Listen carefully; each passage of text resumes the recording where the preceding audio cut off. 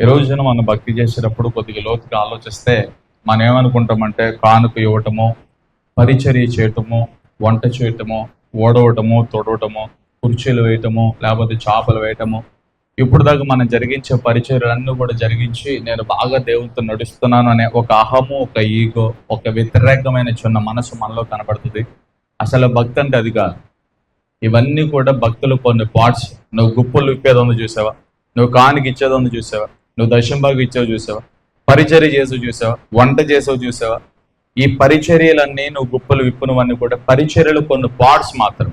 అసలు భక్తి అంటే ఏంటంటే నువ్వు మనుషులు ఉన్నప్పుడు లేనప్పుడు దేవునికి భయపడే విధానం అంటూ చూసావా, నువ్వు ఊర్లో ఉన్నా ఊరు బయట ఉన్నా మనుషుల మనుగడ లేనప్పటికీ కూడా భయపడి పాపము చేయకుండా దేవుని కన్నులకు ఎప్పుడైతే మనం నమ్మకంగా యథార్థంగా కనబడతామో దాన్ని బట్టి దేవుడు మనలో ఆనందిస్తాడు. హల్లెలూయా.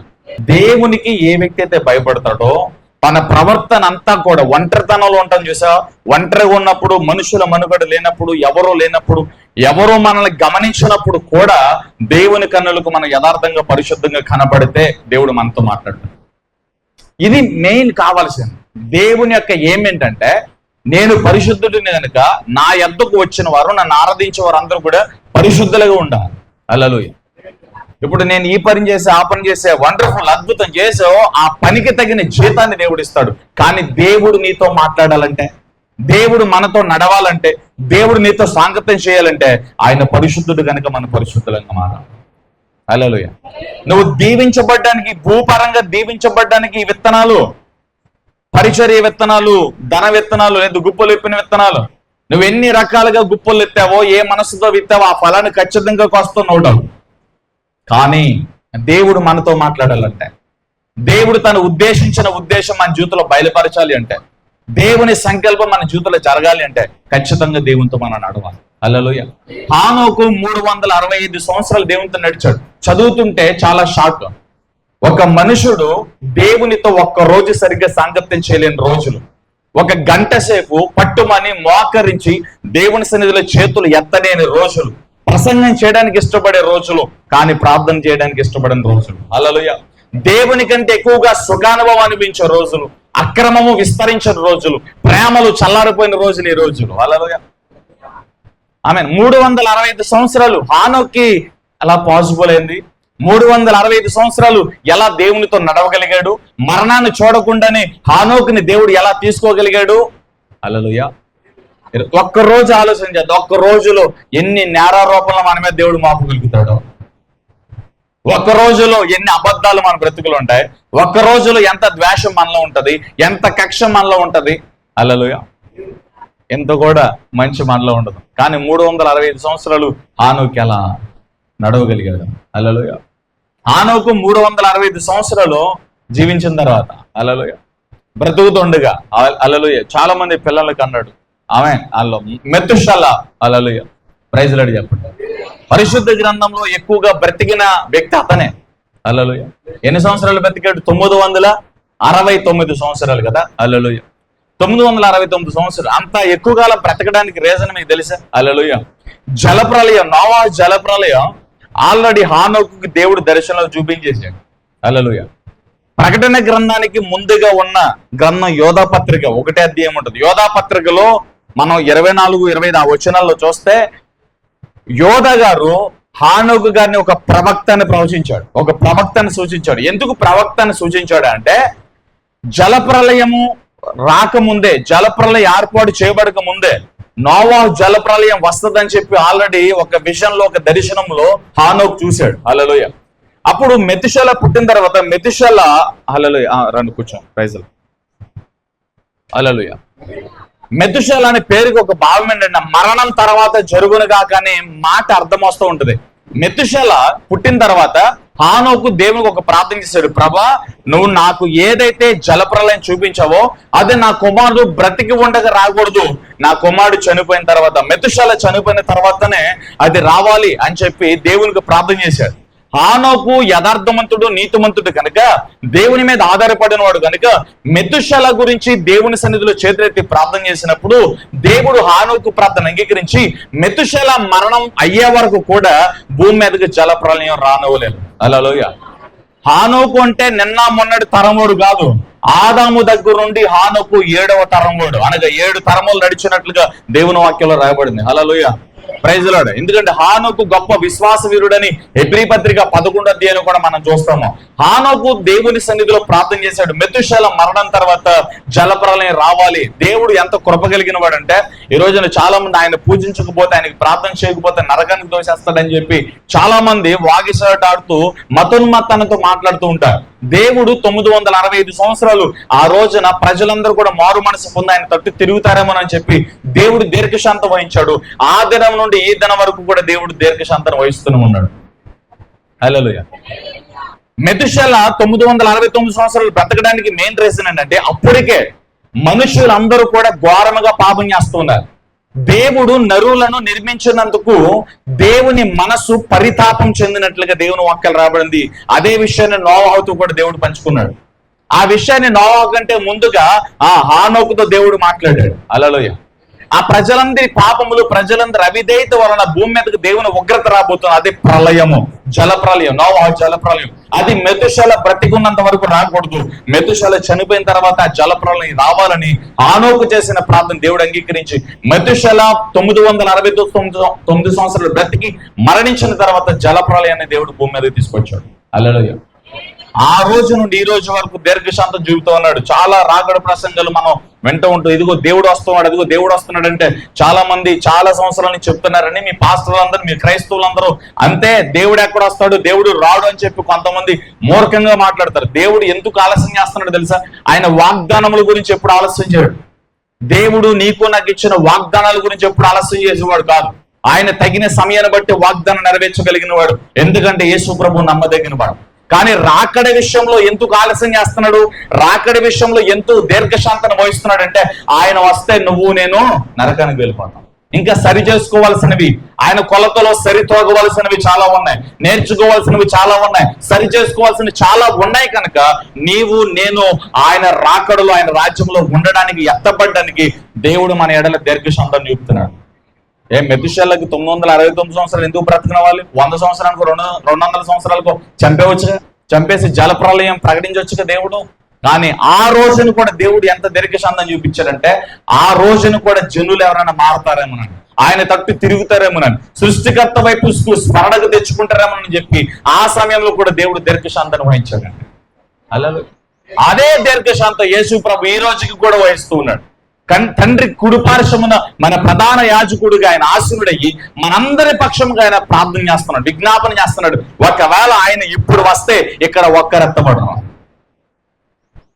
సంఘమే ఎత్తబడకపోతే ఇంక అన్యులే ఎత్తబడతారు, సావుకులు ఎత్తబడకపోతే ఇంకెవరు ఎత్తబడతారు? దేవునికి తెలుసు ఎప్పుడు రావాలో. ఆయన ఇప్పుడు వస్తే 100లో 99 మంది ఎత్తబడరు, ఒకరు ఎత్తబడతారు. నాకు తెలుసు అది. హల్లెలూయా, ప్రైజ్ లార్డ్. అందుకనే దీర్ఘశాంతాన్ని వహిస్తూ ఉన్నాడు. అదేంటండి, బాప్తిజం పొందాను కదండి, సేవకుడిగా ఉన్నాను కదండి, పరిచారకుడిగా ఉన్నాను కదండి, గుప్పులు ఇప్పుద్దాను కదండి, పరిచయం నమ్మకంగా చేస్తున్నాను కదండి, నేను ఎత్తబడతానా లేదంటే అది భక్తులు ఆధారపడి ఉంది. నీ కానుక పరలోకానికి చేర్చదు, నువ్వు చేసిన పరిచర్య పరలోకానికి చేర్చదు, నీ వేరే ఎన్ని చేసిన పరలోకం చేర్చు. ఇవన్నీ నువ్వు భూపరంగా దీవించబడ్డానికి, పరలోకంలో నీ ధనం అధికం అవడానికే తప్ప నువ్వు పరలోకానికి వెళ్ళాలంటే నీ క్రియలు దేవుని ఎదుట సరిగ్గా ఉండాలా. నువ్వు విత్తింది, నువ్వు చేసిన పరిచర్య ఫలం కొరకే. ఈ భూమి మీద ఫలానికి వస్తావు, పరలోకంలో కూడా నీ ఫలం అధికమవుతుంది సుమా. అంతేగాని నేను పరలోకానికి వెళ్ళిపోతాను, ఇది చేశాను, అది చేశాను, చర్చి కట్టించి అది చేసి ఇది చేశాను, నేను పరలోకానికి వెళ్ళిపోతానంటే అవ్వదు. ఎందుకంటే మనకంటే మహుల గుంపులు దేవుని ముందు నిలబడినప్పుడు ఆ గుంపులన్నిటిని చూసి అక్రమము చేయవారులారా నేను మిమ్మల్ని ఎరగనున్నారు. వెంటనే ఆ గుంపు ఏం ప్రత్యుత్తరం ఇచ్చింది తెలుసా? నీ నామాన్ని అద్భుతాలు చేయలేదా, ప్రవచించలేదా, బాప్టిజాలు ఇవ్వలేదా, చర్చిలు కట్టలేదా, సంఘాలు కట్టలేదా, సువార్త చేయలేదా, సభలు పెట్టలేదా, డబ్బులు ఇప్పలేదా, దశంభాగాలు ఇవ్వలేదా, ఇన్ని చేస్తే ఎలా మమ్మల్ని ఎరగమంటావు? హల్లెలూయా. ఇవన్నీ దేని కొరకు? నీ దీవెన కొరకు. ఎందుకు విత్తా? పంట కోయడానికి. ఎందుకు పరిచర్య చేసావు? దేవుని సన్నిధిలో నువ్వు ఇంకా ఆశీర్వదించబడ్డానికి. కానీ పరలోకం వీటికి రాదే. పరలోకానికి నువ్వు వెళ్ళాలి అంటే నువ్వు దేవునితో ఈ లోకంలో నడవాలి. పరలోకంలో నువ్వు చేరుకోవాలంటే నీ క్రియలు దేవుని ఎదుట సక్రమంగా ఉండాలి. పరలోకంలో దేవుని ఎదుట, దేవుని ధవల సింహాసనం ఎదుట ధైర్యంగా నిలబడాలంటే ఈ లోకంలో నువ్వు పరిశుద్ధుడిగా మారాలంటే. పరిశుద్ధత లేకుండా, పరిపూర్ణత లేకుండా, పరిశుద్ధతలో పరిపూర్ణులు కాకుండా, ఆత్మపూర్ణులుగా బ్రతకకుండా ఎన్ని చేసినా మన పరలోకానికి వెళ్ళాం. నోవహు గురించి, ఇక్కడ హానోకు గురించి నాకు 365 సంవత్సరాలు ఏ ఒక్క రోజు కూడా దేవునికి హానోకి వ్యతిరేకత రాలేదంటారా? రాలేదు. ఏ ఒక్క గడియలో కూడా దేవునికి హానోకు అలగడం కానీ సలగడం కానీ ముఖం తిప్పుకోవడం కానీ ఏమి లేదంటారా? లేదు. హానోకు దేవుని మీద ఆధారపడ్డాడు. చూడండి, భూమి ఉంది కదా, మనం నిలబడిన భూమి తన చుట్టూ తాను తిరుగుద్ది. అది 24 గంటలు టైం పడుతుంది. దాన్ని భూభ్రమణం అంటాం. హల్లెలూయా. భూమి తన చుట్టూ తను తిరిగే కక్షని భూభ్రమణం అంటాం. అది 24 గంటలు, దాన్ని రోజుగా పరిగణిస్తాం. ఇదే భూమి సూర్యుడి చుట్టూ తిరగడానికి 365 రోజులు పడుతుంది. దాన్ని భూభ్రమణం అంటాం. హల్లెలూయా. అంటే భూమి సూర్యుడిని ఆధారం చేసుకుని తిరగడానికి 360, అదే భూమి తన చుట్టూ తాను తిరగడానికి 24 గంటల టైం పడుతుంది. అయితే భూమి మాత్రం ఎక్కడ కూడా చిన్న మిస్టేక్ చేయాల. తను చేయాల్సిన పని, దేవుడు భూమిని ఏ కక్షలో అయితే పెట్టాడో తన చుట్టూ తాను తిరుగుటలో గాని, తనకు ఆధారంగా ఉన్న సూర్యుని చుట్టూ తిరుగుటలో గాని తన భ్రమణంలో తను ఉంది. కానీ మనుషుడే తన భ్రమణాన్ని మేరుతున్నాడు, ఆజ్ఞాన్ని మేరుతున్నాడు. హల్లెలూయా. ప్రైజ్ లార్డ్ చెప్పండి. హల్లెలూయా చెప్పండి. హానోకు దేవునితో నడిచాడు, నో డౌట్. అసలు అలగడాలు సలగడాలు లేవు.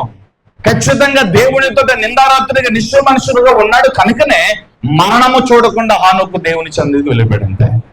హల్లెలూయా. మరి మనం ఎలా నడుస్తున్నాం? దేవునితో నడిచే విధి విధానాలు అంటే చిన్న ప్రార్థన చేస్తే అయిపోయింది అనుకున్నా. హల్లెలూయా. దేవునితో నడవడం అంటే ఏంటి? దేవునితో నడవడం అంటే ఏంటి? అందరూ పరిశుద్ధ గ్రంథాలు చూపించండి. దేవునితో నడవడం అంటే ఏంటో నేను చూపిస్తాను. అందరూ కూడా ఎత్తండి మీ పరిశుద్ధ గ్రంథాలు ఎలా ఎత్తి చూపించండి. హల్లెలూయా. హల్లెలూయా. మీ చేతిలో ఉన్న బైబుల్ తల కింద పెట్టుకోవడానికి కాదు ఇచ్చింది. నాకు బైబుల్ ఉంది, ఇది లెదర్ బైబుల్, మామూలు బైబుల్ అని చూపించుకోవడానికి షో కోసం దేవుడి వల్ల ఈ బైబుల్ ఉంది. చూసావా? ఈ బైబులే 2024 సంవత్సరాల కిందట శరీరదారుడుగా కృపాసత్య సంపూర్ణుడుగా ఏ యేసు ప్రభు అయితే ఈ లోకానికి వచ్చాడో, శరీరము దాల్చుక ముందు ఆ యేసు దేవుని వాక్యమై ఉన్నాడు. హల్లెలూయా. ఈ వాక్యము నజరేయుడైన యేసు. ఈ వాక్యములో శక్తి ఉంది. నమ్మిన వారికి శక్తి, నమ్మని వారికి తీర్పు. అలా చెప్పండి. నమ్మిన వారికి శక్తి, నమ్మని వారికి తీర్పు. అదే అంతే కదా. నమ్మిన వారికి శక్తి, నమ్మిన వారిని రక్షించడానికి శక్తి కలిగింది, నమ్మిన వారికి జీవం ఇవ్వగలిగింది. నమ్మని వారికి అది తీర్పు. అది ఒక దినాన దేవుని ముందు అది నిలబెట్టేస్తుంది. హల్లెలూయా. ప్రైజ్ లార్డ్ చెప్పండి. ఇప్పుడు ఈ వాక్యము దేవుడు ఎందుకు ఇచ్చాడో తెలుసా? ఆయనతో సాంగత్యం చేయడానికి. ఆ దినాన నోవహు నడవడానికి దేవుని మాట ఆధారం. ఈ రోజున మనం దేవునితో నడవాలంటే వాక్యమే ఆధారం. దేవుని వాక్యమే ఆధారం. ఇప్పుడు ఈ మధ్యలో ఏం జరిగిందంటే, యేసుక్రీస్తు ప్రభు ఈ లోకానికి వచ్చి తన రక్తం అంతటిని కూడా కాల్చి, హల్లెలూయా, ఒక సంఘమును, ఒక గుంపుని ఏర్పరచుకుని ఆ గుంపులకు కొంతమంది కాపర్లు నియమించి ఆ కాపర్లకి, ఆ సంఘానికి యేసు ప్రభు ఏం చెప్పాడంటే, ఇదిగో మన విరోధి ఉన్నాడు. హల్లెలూయా. ఒకడున్నాడు విరోధి. వాడెప్పుడు పోరాడుతూ ఉంటాడు, వాడు ఎప్పుడు అలసిపోడు, వాడెప్పుడు రెస్ట్ తీసుకోడు, వాడెప్పుడు అలర్ట్ గా ఉంటాడు, వాడు అటెన్షన్ గా ఉంటాడు, ఎవరిని మినింగుదామని గర్జించి సింహాలు తిరుగుతాడు. కనుక మీరు శక్తివంతులుగా ఉండనట్లుగా, మీరు అపవాది తంత్రములు ఎదిరించుటకు బలవంతులుగా ఉండినట్లుగా, హల్లెలూయా, సర్వాంగ కవచమును మీరు ధరించుకుని ఉండాలి. హల్లెలూయా. ఆ సర్వాంగ కవచమునకు మరొక పేరు యేసు ప్రభు చెప్పారు, పైనుండి మీరు శక్తి పొందాలి. హల్లెలూయా. ఏం పొందాలి చెప్పండి? పైనుండి శక్తి పొందాలి. పరిశుద్ధాత్మ అభిషేకము గురించి యేసు ప్రభు పరిచయం చేశారు. ఇప్పుడు ఈ దేవుని వాక్యము ఒక మనిషి చదివితే అర్థం కాదు, కానీ పరిశుద్ధాత్మ దేవునితో కలిసి చదివితే అర్థమవుతుంది. దేవుని వాక్యంలో జీవం ఉంది. దీన్ని సాధారణమైన పుస్తకంగా చదివితే వాళ్ళకి ఏ ప్రభావం వెళ్దాం. దీంట్లో తప్పిదాలు పట్టుకుందామని చదివితే వాళ్ళకి ఏ ప్రభావం వెళ్దు. ఇది ఒక న్యూస్ పేపర్ లాగా కామన్ గా చదివితే దీనిలో ఉన్న ప్రభావం వెళ్దు. యేసుని నమ్మి, యేసుని విశ్వసించి, దేవుని మీద ఆధారపడి చదవగలిగితే ప్రతి బాధలను ఈ వాక్యము కట్టగలుగుతుంది, ప్రతి వ్యాధులను స్వస్థపరచగలుగుతుంది, ప్రతి ఇరుకు ఇబ్బందులను ఛేదించి ఉన్నత శుభ్రంగా దేవుని వాక్యము నిలబెట్టడం శక్తి కలిగింది. హల్లెలూయా. హానోకు దేవునితో ఎలా నడవగలిగాడంటే దేవుని మాటను బట్టి నడవగలిగాడు. ఇది మనకే సాధ్యం. ఇప్పుడు హానోకు కంటే మనము ధన్యులమని చెప్పడానికి మరొక ఆలోచన ఏంటంటే, దేవుని వాక్యము దేవుడు ఆల్రెడీ మన చేతికి ఇచ్చేసాడు. దీన్ని అర్థం చేసుకోవడానికి ఆల్రెడీ పరిశుద్ధాత్మ దేవుడు ఉన్నాడు. ఇంకా ఎంత సులువైపోయిందంటే పరిశుద్ధాత్మ పూర్ణులుగా పరిశుద్ధాత్మ శక్తి చేత నింపబడిన సేవకులను కూడా దేవుడు ఒక్కొక్క గుంపుకు ఒక్కొక్క సేవకుని ఇచ్చేసాడు. చాలా ఈజీ అయిపోయింది కదా. అప్పుడు హానోకు ఇది లేదు. హానోకు నేరుగా దేవుడితో మాట్లాడి దేవుడు చెప్పింది చేసుకుని వెళ్ళిపోయాడు. ఈ రోజు దేవుడు చక్కగా గ్రంథం ఇచ్చేసాడు. ఎప్పుడు వీలైతే అప్పుడు చదువుకోవడానికి దేవుడు గ్రంథం ఇచ్చాడు. అర్థం కాని విషయాలు ప్రార్థనా పూర్వకంగా చదివితే నీ హృదయ సాక్షితో నీ మనస్సాక్షితో పరిశుద్ధాత్మ దేవుడు నీకు కరెక్టే మాట్లాడతాడు. అంత మాత్రమే కాక నీకు ఒక సేవకుడిని ఇచ్చేసాడు. వారంలో 2-3 రోజులు సేవకుడు వర్తమానాల ద్వారా దేవుడు నీతో మాట్లాడతాడు. నీ ఇంటికాడ నువ్వు బైబిల్ చదువుతున్నప్పుడు నీ హృదయ ప్రేరణ ద్వారా దేవుడు మాట్లాడుతున్నాడు. అనేక యూట్యూబ్లో అనేక సేవకుల ద్వారా దేవుడు ఎటు చూసిన దేవుని వాక్యాలే, ఎటు చూసిన దేవుని మాటలే, ఎటు చూసిన దేవుడు మనతో మాట్లాడుతుంటే ఎందుకు హానోకులా మనం నడవట్లా? హానోకి యూట్యూబ్ ఉందా? హానోకి ఇన్స్టా ఉందా? హానోకు చుట్టూ వాక్యాలు వినపడతా వచ్చాయా? కానీ మనకి చుట్టూ వాక్యాలు వినపడతాయి. ఏదో ఒక సావుకుడు ఏదో ఒక రకమైన గుర్తు విప్పుతానే ఉంటాడు. ఏదో ఒక మూలన దేవుని వాక్యం నీకు వినపడుతూనే ఉంటది. హల్లెలూయా. ఎందుకు నడవలేకపోతున్నాను? దేవుని వాక్యాన్ని ఎందుకు ఆధారం చేసుకోలేకపోతున్నాను? హల్లెలూయా. Praise lord. దేవుడు ఎప్పుడు కూడా అంటాడు, విధేయులకు పిల్లలుగా మనం ఉండాలి. అలా ఒక మనుషుని విధేయత వల్ల ఏమొచ్చింది? ఒక మనిషిని విధేయత వల్ల ఏమొచ్చింది? జీవం వచ్చింది. ఒక మనిషిని అవిధేయత వల్ల నాశనము, మరణం వచ్చింది. ఆదాము అవిధేయత వల్ల ఈ లోకంలోనికి తీర్పు వచ్చింది, మరణం వచ్చింది, నాశనం వచ్చింది, చెమట వచ్చింది, శ్రమ వచ్చింది, ఈ భూమి శపించబడింది. ఒక మనిషి విధేయత వల్ల ఆ శాపము వెలగొట్టబడింది, ఆ మరణము వెలగొట్టబడింది. హల్లెలూయా. Praise lord. అంటే అందుకే దేవుడు అంటాడు కదా, అహంకారులు ఎదిరించి నేను దీనులకు కృపిస్తాను అంటాడు దేవుడు. Praise lord. అహంకారులు అసలు దేవుడు పట్టించుకోడు. నువ్వు పరిచర్య చేస్తున్నా, అది చేస్తున్నా, ఇది చేస్తున్నా చెప్పి అహంకారంతో ఈగోతో ఉన్నావు అనుకో, దేవుడు అసలు నేను పట్టించుకోడు. అసలు నిన్న లెక్కేసాడు దేవుడు. దీనులు, విరిగి నలిగిన హృదయం కలిగిన వారు, దేవుని మీద ఆధారపడిన వారిని దేవుడు ఎప్పుడు దాటుపాడు. దేవుడు ఎంత నమ్మదగిన వాడు ఒక మాట చెప్తానే. హల్లెలూయా. చేయలేదలే చెప్పండి. మనం చూస్తాం 2వ సమూయేలు గ్రంథం 11వ అధ్యాయంలో రబ్బా పట్టణంలో వినాలి. రబ్బా పట్టణంలో దావీదు యుద్ధం జరుగుతూ ఉంది. హల్లెలూయా. అమోనీయులతో దావీదు యుద్ధం చేస్తూ ఉన్నాడు అక్కడ. హల్లెలూయా. అయితే దావీదు రాజు కనుక దావీదు మిద్ది మీద ఖాళీగా ఉన్నాడు. యావాబు ఆధ్వర్యంలో, యావాబు అనగా సైన్యాధిపతిని యావాబు ఆధ్వర్యంలో అమోనీయులతో యుద్ధం జరుగుతూ ఉన్నాయి.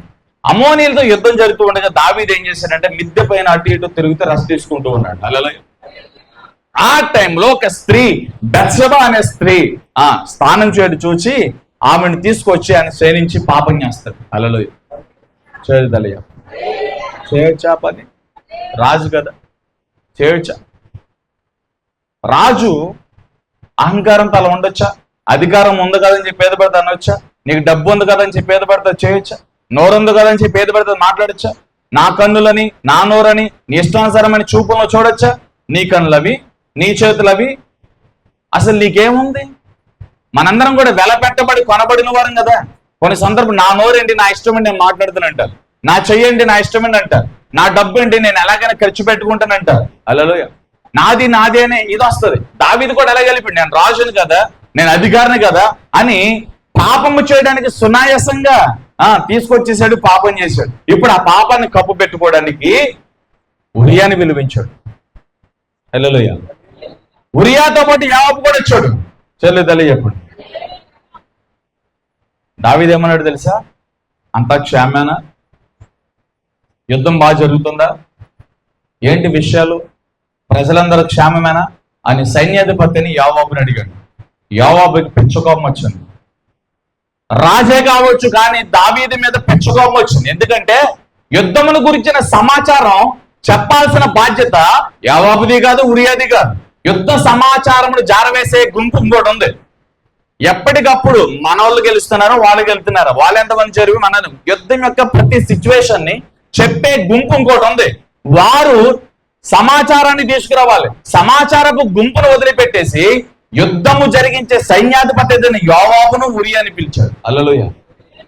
యోవాబుకి పెచ్చుకోపం వచ్చింది. కానీ రాజు కదా, ఏమనలేక అన్నిటిని అణుచుకుని ఓర్చుకుని, రాజా అంతా బాగా జరుగుతుంది, మమ్మల్ని ఎందుకు పిలిచావు? యుద్ధం చాలా ముమ్మరంగా జరుగుతుంది, నేను అక్కడ ఉండాలి కదా, ఎందుకు పిలిచావు? హల్లెలూయా. సరే, ఉరియాను వదిలిపెట్టేసి నువ్వు వెళ్ళిపో అన్నాడు. యోవాబుని పంపించేసాడు. హల్లెలూయా. ఉరియాని పిలిచి నువ్వు ఇంటికి వెళ్ళు, రెస్ట్ తీసుకో, మంచి భోజనం చేసి పడుకో, మనోళ్ళు యుద్ధం చేస్తారు కదా. పాపం ఉరియాకేం అర్థం కాదు. ఇదేంట్రా బాబు, ఎవరి మీద లేని ప్రేమ నా మీద రాజుగారికి ఎందుకు పొంకొచ్చిందో అర్థం కాదు. హల్లెలూయా. అయినప్పటికీ ఉరియా ఎంత నమ్మకస్తుడంటే, ఎంత యథార్థవంతుడైతే, దావీదైన రాజు మాట కూడా పక్కన పెట్టి ఇంటి గుమ్మములు అడుగు పెట్టకుండా రాజనగర్లోనే పడుకున్నాడు. హల్లెలూయా. రాజనగర్లోనే పడుకున్నాడు. కొన్ని గంటలు గడిచిన తర్వాత దావీదు అటు ఇటు తిరుగు చూస్తే ఉరియా కాంపౌండ్ బయట పడుకుని ఉన్నాడు. అక్కడే కూర్చుని ఉన్నాడు. దావీదు పిలిచాడు, ఉరియా ఎందుకు నువ్వు ఇంటికి వెళ్ళి రెస్ట్ తీసుకోమన్నాడు కదా, ఎందుకు వెళ్ళలేదు, ఎందుకు ఎక్కడ ఉన్నావు అంటే చెప్తాడు కదా, నా తోటి సహోదరులు అందరూ కూడా శత్రువులతో యుద్ధం చేస్తూ ఉంటే, వాళ్ళు ప్రాణాలకు తెగించి పోరాడుతూ ఉంటే, వాళ్ళు దేవుని పని చేస్తూ ఉంటే, దేవుని యుద్ధం చేస్తూ ఉంటే, దేవుని రాజ్యం కడుతూ ఉంటే, దేవుని ప్రజల పక్షముగా పోరాడుతూ ఉంటే నేను ఎలాగెళ్ళి తిని పడుకోగలను, నేను ఎలా వెళ్ళి సుఖించగలను, నేను ఎలా వెళ్ళి నా భార్యతో నేను ఎంజాయ్ చేయగలను? ఇది నాకు తగదు, ఇది నా మనసుకు అంగీకారం కాదు, దీన్ని నేను ఒప్పుకోను. నా సహోదరులు దేవుని పని జరిగిస్తున్నారు, దేవుని యుద్ధం చేస్తూ ఉన్నారు, దేవుని ప్రజల పక్షంగా పోరాడుతున్నారు, నేను అలా చేయను, నేను నా ఇంటికి వెళ్ళను. హల్లెలూయా. నన్ను ఎందుకు పిలిచావో నాకు ఇప్పటికి అర్థం కావట్లా, నన్ను ఎందుకు ఇక్కడ రమ్మనో అర్థం కావట్లా. యుద్ధములో ఉండవలసిన నన్ను యుద్ధంలో నుంచి వెనకలాగేశావు. చూడండి, దావీదు చేసిన పాపాన్ని బట్టి మండుతున్న వాడిని కూడా వెనకలాగేశారు. చూడండి, ఆటోమేటిక్ గా ఒక మనిషిలోనికి మోహపు చూపు, పాపము, ధనాపేక్ష లేదా శరీరాశ, నేత్రాశ, జీవపటము ఏ మూలనైనా ఏదో ఒక రూపం ఒక మనుషులోనికి ప్రవేశించిందంటే ఆ మనిషి చల్లారిపోతాడు. ఆటోమేటిక్ గా ప్రార్థన జీవితం డౌన్ అయిపోతుంది, పరిశుద్ధ జీవితం డౌన్ అయిపోతుంది. పాపము చేసిన అతనికి చేము కొట్టినట్టుగా ఉండదు. ఆటోమేటిక్ గా తనకి హృదయం కఠినపరచబడి భ్రష్టత్వానికి వెళ్ళిపోతుంది. దావీదు ఎలాంటోడండి? దేవునితో పెనుగులాడేవాడు దావీదు. యుద్ధము చేయటలో నైపుణ్యత కలిగిన వాడు. హల్లెలూయా. తన కుమారుడు ఎవరు? దావీదు కుమారుడు అబ్షాలోం. హల్లెలూయా. ఎదురు తిరిగినప్పుడు యోవాబు చెప్తాడు కదా, నీ తండ్రితో యుద్ధం చేసి గెలిచిన మగోడు లేడు. దావీదు అంటే మాట్లాడుకున్నావా? హల్లెలూయా. దావీదు ముందు నిలబడి, దావీదు ఎదురు నిలబడి యుద్ధం చేసి గెలిచిన వాళ్ళు ఇంతవరకు నేను ఎవరిని చూడాల, నువ్వెంత అన్నాడు? ఎవరు? యోవాబు. హల్లెలూయా. తన కుమారుడిని అబ్షాలోముతో మాట్లాడాడు. అలాంటి దావీదు, యుద్ధం చేయాల్సిన దావీదు, యుద్ధంలో పోరాడాల్సిన దావీదు మిద్ది పైన ఉంటాం, మిద్ది పైన నుండి పాపం చేయటం. ప్రైజ్ లార్డ్ చెప్పండి, చేయలేదు చెప్పండి. హల్లెలూయా. హల్లెలూయా. అమ్మా, డోర్ ఎందుకు తీసారా? కుక్కలు ఎందుకు వస్తున్నాయి చూడండి ఒకసారి.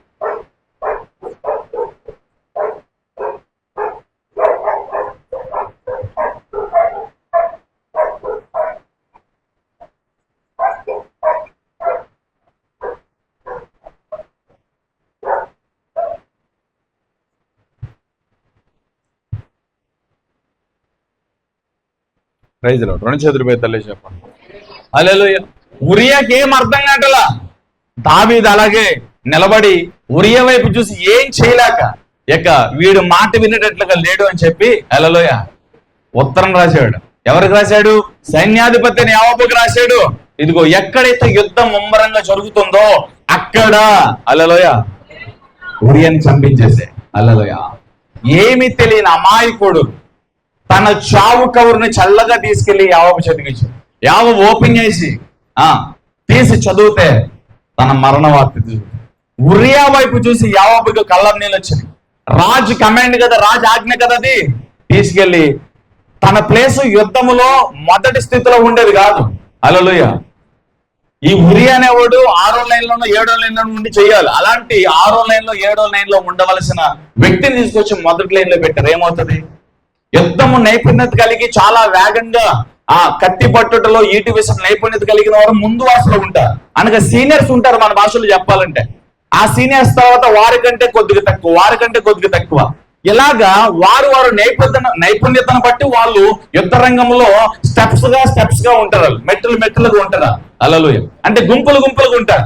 అటువంటి 6 గుంపులు 7 గుంపులు ఉండాల్సిన ఉరియాని తీసుకొచ్చి మొదటి గుంపులో పెడితే వెళ్ళిన 2 నిమిషాలు కూడా బతకలేదు. ఉరియా కత్తిపోటు చేత చచ్చిపోయాడు. ఇది యోవాబు చూసి కళ్ళకు నీళ్ళు తెచ్చుకున్నాడు. హల్లెలూయా. వెళ్ళింది ఇన్ఫర్మేషన్, దావీదుకి వెళ్ళింది. యుద్ధ సమాచారపు వార్త మోసుకెళ్లే వాళ్ళు ఉరియా చచ్చిపోయాడు అని చెప్పి దావీదుకు చేరగానే దావీదు ఆనందానికి అంతుల్లేవు. తాత్కాలికమైన ఆనందం. ఒక మనుషుడు జరిగించే పాపం ఉంది చూసావా, ఆ పాపం ఆనందాన్ని ఇస్తుంది. అది కొద్ది కాలమే. ఆ కొద్ది కాల ఆనందానికి ఆశపడి ఒక మనిషి పాపం చేయడం ద్వారా చివరికి అది తన నాశనంలోకి నడిపించేస్తుంది.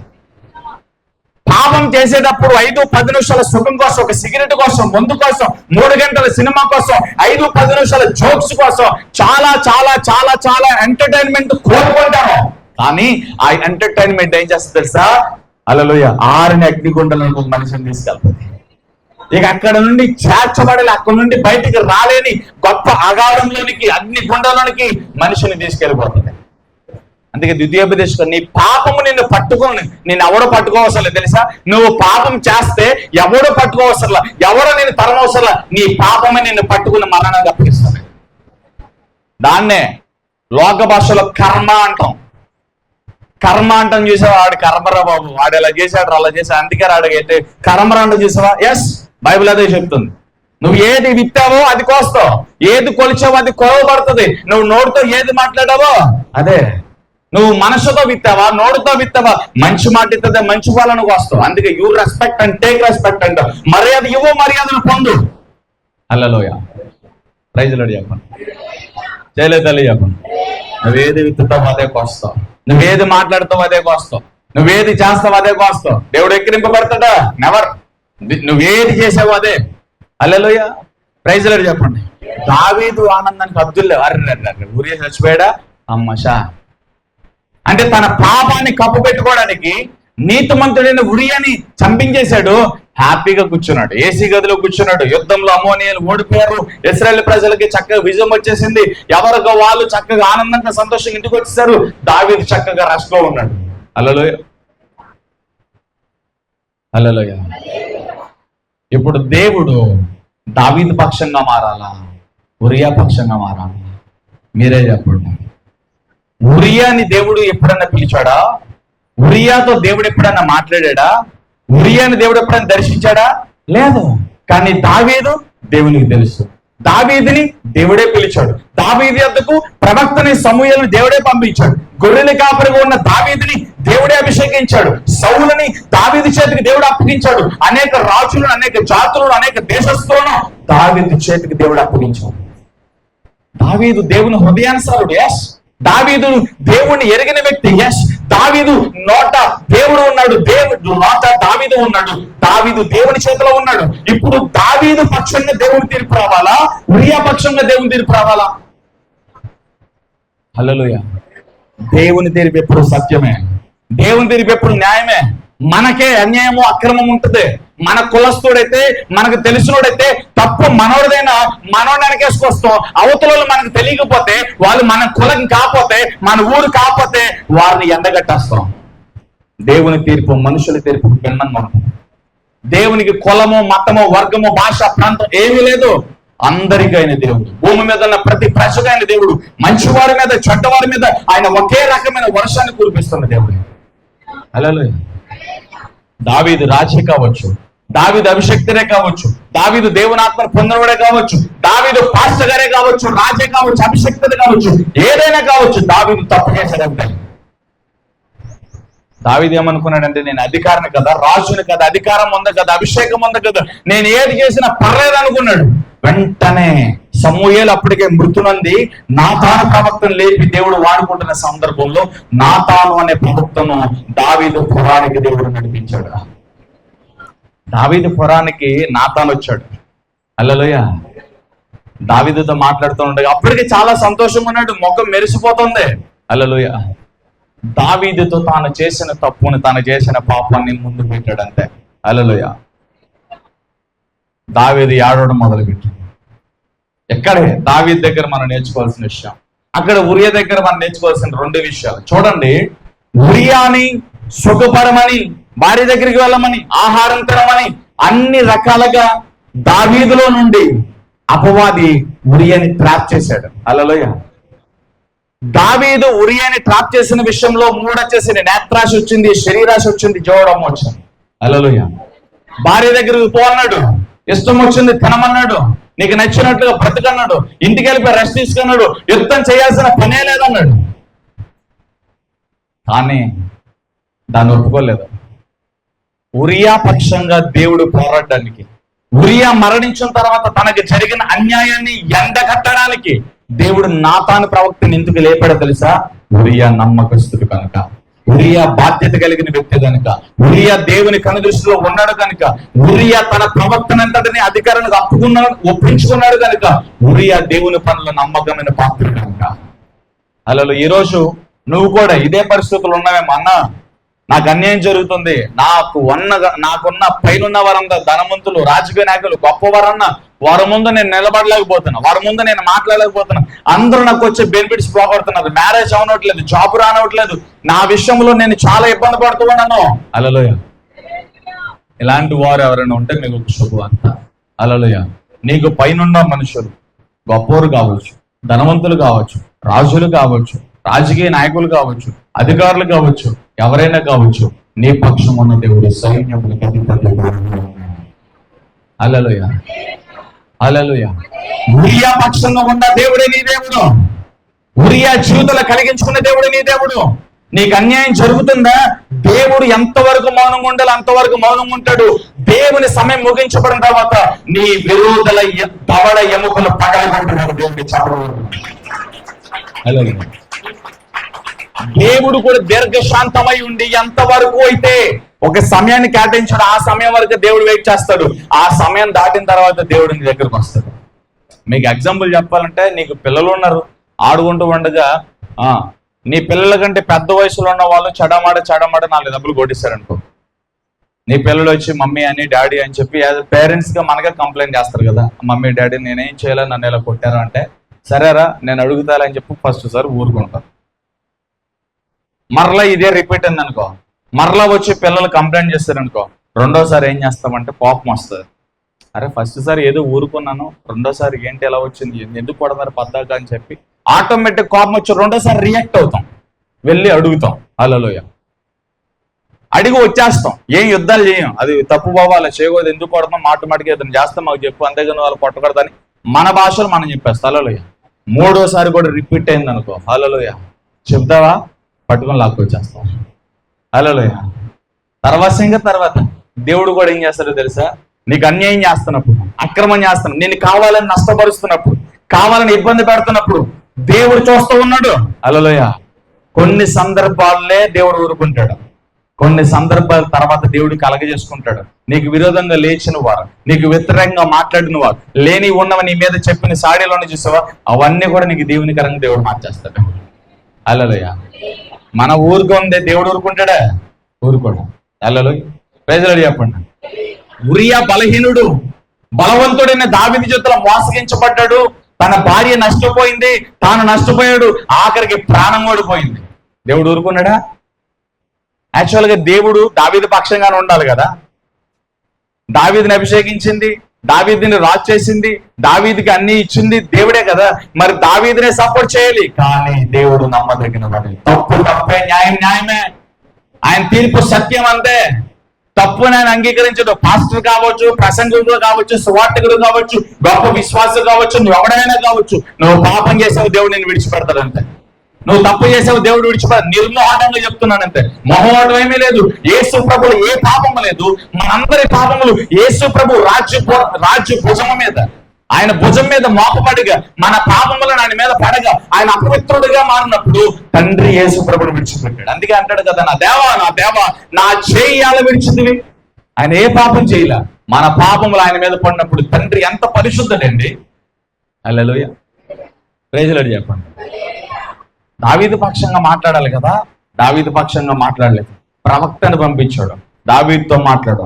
దావీదు తను చేసిన దాన్ని ఒప్పుకుంటాడు సరే, లేకపోతే దావీదు అంతు చూస్తానన్నాడు దేవుడు. అక్కడ సావుకుడేంటి, అభిషక్తుడేంటి, ప్రవక్త ఏంటి, విశ్వాసం ఏంటి, ఇంకోడేంటి, దేవుని ఎదుట తప్పు చేస్తే ఆయన దగ్గర నుంచి ఖడ్గం వస్తుంది, తీర్పు వస్తుంది, అంటే ఉపద్రవం వస్తుంది అంతే. అందుకే సమయం ఉండగానే మారు మనసు పొంది ఇంటిని చక్క దిద్దుకోవాలి. మనం ఉపదేశం ఎందుకు ఒక్కోసారి ఖండితంగా వస్తుంది, ఎందుకు గుచ్చుకుంటుంది, ఎందుకు ముఖాలు వాచిపోతాయి అంటే సరి చేసుకుని మారు మనసు పొంది దేవుని మీద ఆధారపడడానికే. మిమ్మల్ని అంటాకి మాకేమైనా సరదా అనుకున్నావా? లేకపోతే దేవుడు గట్టిగా గద్దించేసి ఖండించేసి గట్టిగా నేను ఇబ్బంది పడి దేవుడు సరదా అనుకున్నావా? నీ సొట్టాలు దిగడానికే, నేను సరి చేయడానికే. హల్లెలూయా. డాక్టర్కి ఏమన్నా ఇంజక్షన్ పొడుస్తాడు కదా, డాక్టర్కి సరదాని ఇంజక్షన్ పొడవడానికి. ఎందుకు పొడుస్తాడు? నీకు మేలు కలగడానికి. నీకెందుకు గాయం కడతాడు? ఎందుకు ఒకసారి కోస్తాడు, కొడతాడు, చాలా ఇబ్బందిగా ఉంటుంది ట్రీట్మెంట్. ఎందుకు? మనకు స్వస్థత కలగడానికి. హల్లెలూయా. దేవుడు చేసే గాయాలు కూడా అలాగే ఉంటాయి. ప్రైజ్ లార్డ్ చెప్పండి. నాతాను వెళ్ళి దావీదు చేసిన తప్పుని చూపించాడంతే. హల్లెలూయా. దావీదు ఎంత తగ్గించుకున్నాడంటే, అయ్యా కళ్ళు నెత్తి మీదకి వచ్చి చేశాను, నిజంగా నేను చేసిన ఘోరమైన పాపం, చాలా పెద్ద మిస్టేక్ జరిగింది. ఒక ఆడదాన్ని చెరిపాను, తన పెనిమిటిని తన భర్తను చంపించాను. నిజమే. ఎంత తగ్గించుకున్నాడంటే వెంటనే నాతాను వచ్చి తన పాపమును తన ఎత్తు చూపించినప్పుడు దేవుడు ఇదే చూపిస్తాడు. మనం తప్పుపోతున్నప్పుడు, దేవునికి వ్యతిరేకమైన భావాజాలంలో వెళ్ళిపోతున్నప్పుడు, తాను ఏర్పరచుకున్న సేవకుడులో నుంచి, తన వాక్కులో నుంచి దేవుడు మనతో మాట్లాడుతాడు. ఆ మాట నువ్వు లెక్క చేయకపోతే అనేక సందర్భాల్లో కళల రూపేణ, దర్శనాల రూపేణ నీతో మాట్లాడతాడు. నువ్వు వాక్యం చదువుతున్నప్పుడు, నువ్వు పాడైపోతున్నప్పుడు, చెడిపోతున్నప్పుడు దేవుని ఆత్మ పరితాపము చెంది చాలా దుఃఖపడుతూ దేవుని వాక్యంలో నుంచి కూడా నీతో మాట్లాడతాడు. అప్పటికి కూడా నువ్వు ఒప్పుకోకపోతే, అప్పటికి కూడా నువ్వు మారు మనసు పొందకపోతే, నీ అంతమ గమ్యం చాలా దారుణంగా ఉంటది. హల్లెలూయా.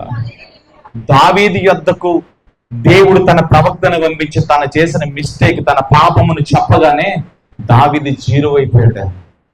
రాజు వస్త్రాలు తీసి పక్కన పడేశాడు, సింహాసనం దిగాడు, గదులోనికి వెళ్ళాడు, బూడిదే దుమ్మి తూలి నెత్తి మీద పోసుకుని గోను పట్ట కట్టుకుని ఏడ్చి ప్రార్థన చేస్తున్నాడు. ప్రభువా, యెహోవా కంటే తెల్లగా నన్ను కడుగు, నీ ఆత్మ నా నుండి తీయవద్దు, నీ సన్నిధి నుంచి నన్ను త్రోసివేయద్దు ప్రభువా.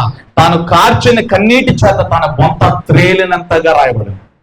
అంత పశ్చాత్తాపం, అంత మారు మనసు, అంత విధేయత. రాజయ్యుండి అహంకారంలోకి వెళ్ళ. ఆశ చూడండి, ఆశ కూడా తప్పు చేసినప్పుడు తన ప్రవక్త అయినా ఎవరిని పంపించాడు? హనానీని పంపించాడు. తన ప్రవక్త అయిన హనానీ అనే ప్రవక్తను పంపించినప్పుడు నువ్వు మతి తప్పి ప్రవర్తించావు. నువ్వు ఎందుకు దేవుని మర్చిపోయావు? దేవునికి ఎందుకు ప్రార్థన చేయాలా?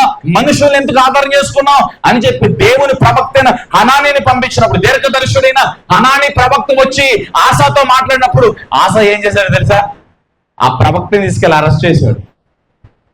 దావీదులాగా మారు మనసు పొంది, అయ్యో నేను చేసిన తప్పే, మనుషులు ఆధారం చేసుకున్న ప్రభువా నన్ను క్షమించంటే ఇంకా ఆశా రాజ్యం కొనసాగేది, ఆశ గవర్నమెంట్ కొనసాగేది, ఆశ ఇంకా కొంతకాలం బ్రతుకుండేవాడు. హల్లెలూయా.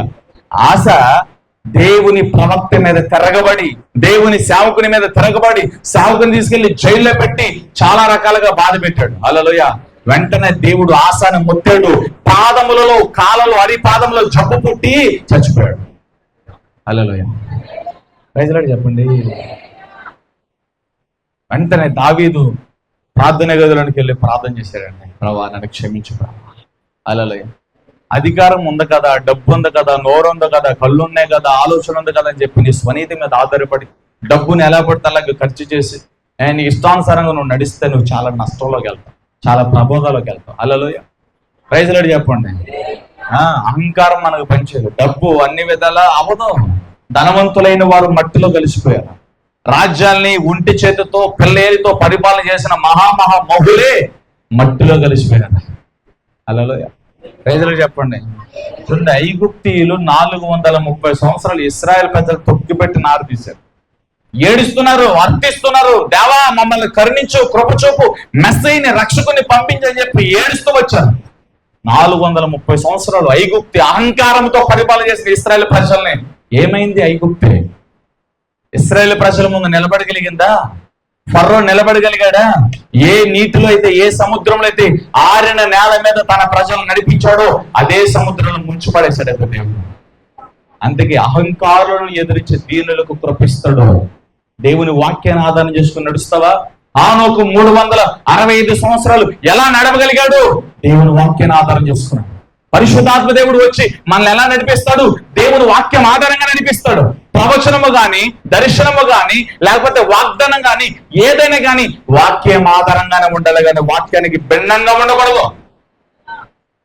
ప్రవచనం అనేది పరిశుద్ధాత్మ ప్రేరణ ద్వారా పలకాల్సిన ప్రవచనం. నోటుకు వచ్చినట్లుగా మాట్లాడితే ప్రవచనం అవును. హల్లెలూయా. ఆత్మపూర్ణులైన వారు భాషలు మాట్లాడితే సరిపోదు. ఇక్కడ ఉన్న వారందరూ భాషలు మాట్లాడతారు. భాషలు అనేది వరం కాదు. హల్లెలూయా. అన్య భాషలు వరం వేరు, నానావిధ భాషలు వరం వేరు. నానావిధ భాషలు వరం అంటాం కానీ అన్య భాషలు వరం అనరు. హల్లెలూయా. అన్య భాషలు అనేవి ఒక వ్యక్తి పరిశుద్ధాత్మ దేవుని అభిషేకాన్ని పొందాడని సింబాలికల్ గా తెలుసుకోవడానికి అన్య భాషలకు మరొక పేరు కొత్త భాష, దేవదూత భాష. దేవుని ఆత్మ మూలముగా ఆ వ్యక్తి మర్మములు పలుకుతున్నాడు. ఆ మర్మములు పలుకుతున్న వ్యక్తికి కూడా తెలియదంట. మొదటి కొరింథీ పత్రిక 12వ అధ్యాయంలో మనం చూస్తాం ఈ మాటలు. హల్లెలూయా. 12వ అధ్యాయం అంతా ఈ కృపావరాల గురించి, ప్రవచించడం గురించి, ఆత్మ భాష గురించి ఉంటది. 13వ అధ్యాయం అంతా కూడా ప్రేమ గురించి ఉంటది. హల్లెలూయా. చేయలేదలే చెప్పండి. భాషలోటే కేంద్రం చేసుకుంటున్నావు నువ్వు. ఏమండి చెప్పండి, భాషలు మాట్లాడే వాళ్ళందరూ కూడా అభిషేక్తులు అనుకుంటున్నావా? భాషలు మాట్లాడే వాళ్ళందరూ కూడా ఆత్మపూర్ణ అనుకుంటున్నావా? దెయ్యం కూడా భాషలు మాట్లాడుతుంది, దెయ్యం కూడా ప్రవచిస్తుంది, దెయ్యాలు కూడా అద్భుతాలు చేస్తాయి, దెయ్యాలు కూడా ఆకర్షించి అగ్నిని కొమ్మరించగలుగుతాయి. అందుకే ప్రతి ఆత్మను నమ్మక, ఏది దేవునితో ఏది దేవుని ఆత్మ కాదో వివేచించి తెలుసుకోండి. ఎలా వివేచిస్తావు? దేవుని వాక్యం ఆధారం చేసుకున్నాయి. ప్రతి దానికి దేవుని వాక్యం ఆధారం అవ్వాలా. దేవుడు నీతో మాట్లాడినప్పుడు కూడా, నిజంగా పరిశుద్ధాత్మ దేవుడు మనతో మాట్లాడుతున్నప్పుడు కూడా ఆయన పరిశుద్ధాత్మ వెలుగుదోతని వాక్యం ఆధారంగా వివేచించాలి మనం. ఎందుకంటే మోసపరుచు ఆత్మలు, దెయ్యములు, బాధలు, కేటపరుచు ఆత్మలు మన ముందుకు వచ్చేసినాయి. హల్లెలూయా. Praise the lord. గొర్రె చర్మం కప్పుకుని తోడేలు స్వభావముతో సంఘములకు పరుగులెత్తి ఏర్పరచబడిన పరిశుద్ధులు సైతము కుప్పకూల్చే రోజుల్లో ఉన్నాం. అందుకని వాక్యమును ఆధారం చేసుకోండి. షారోన్ పీటర్ అని చెప్పారా, ఇంకో అన్న చెప్పారు, కానీ ప్రతి వాక్యమును వాక్యం ఆధారం చేసుకోవాలి. ప్రతి ప్రవచనం వాక్యం ఆధారమై ఉండాలి. ప్రతి దర్శనం వాక్యం ఆధారమై ఉండాలి. ప్రతి పొల్లు స్వంత వాక్యం ఆధారమై ఉండాలి. వాక్యము విరోధంగా విభిన్నంగా ఉందా, అది వెలుగుదోత, అది భ్రమపరిచే వాక్యే. హల్లెలూయా. చేయలేదలే చెప్పండి. అందుకే పౌలు కొరింథీ సంఘంతో అంటాడు కదా, కొంచెం అవివేకముగా మాట్లాడినను ఓర్చుకోండి. హల్లెలూయా. అవ్వ సర్పము చేత మోసగించబడి యేసుక్రీస్తు సరళత నుండి ఎలా తొలగిపోయిందో మీరు కూడా అటువంటి సరళత నుండి తొలగిపోతారేమని కొద్ది కోపంగా మాట్లాడా, దైవావేశంతో మాట్లాడా, ఓర్చుకుని సహించండి అంటున్నాడు. హల్లెలూయా. అవ్వ సర్పము చేత మోసగించబడినట్లుగా హిత బోధల చేత చాలా మంది మోసగించబడుతూ ఉంటారు. చేయలేదలే చెప్పండి. హల్లెలూయా. హల్లెలూయా. చేయలేదలే చెప్పండి. ఎప్పుడు కూడా దేవునికి నమ్మకంగా ఉండాలి, నీ సేవకుడికి నమ్మకం ఉండాలి, ప్రతి పరిచయం నమ్మకం ఉండాలి.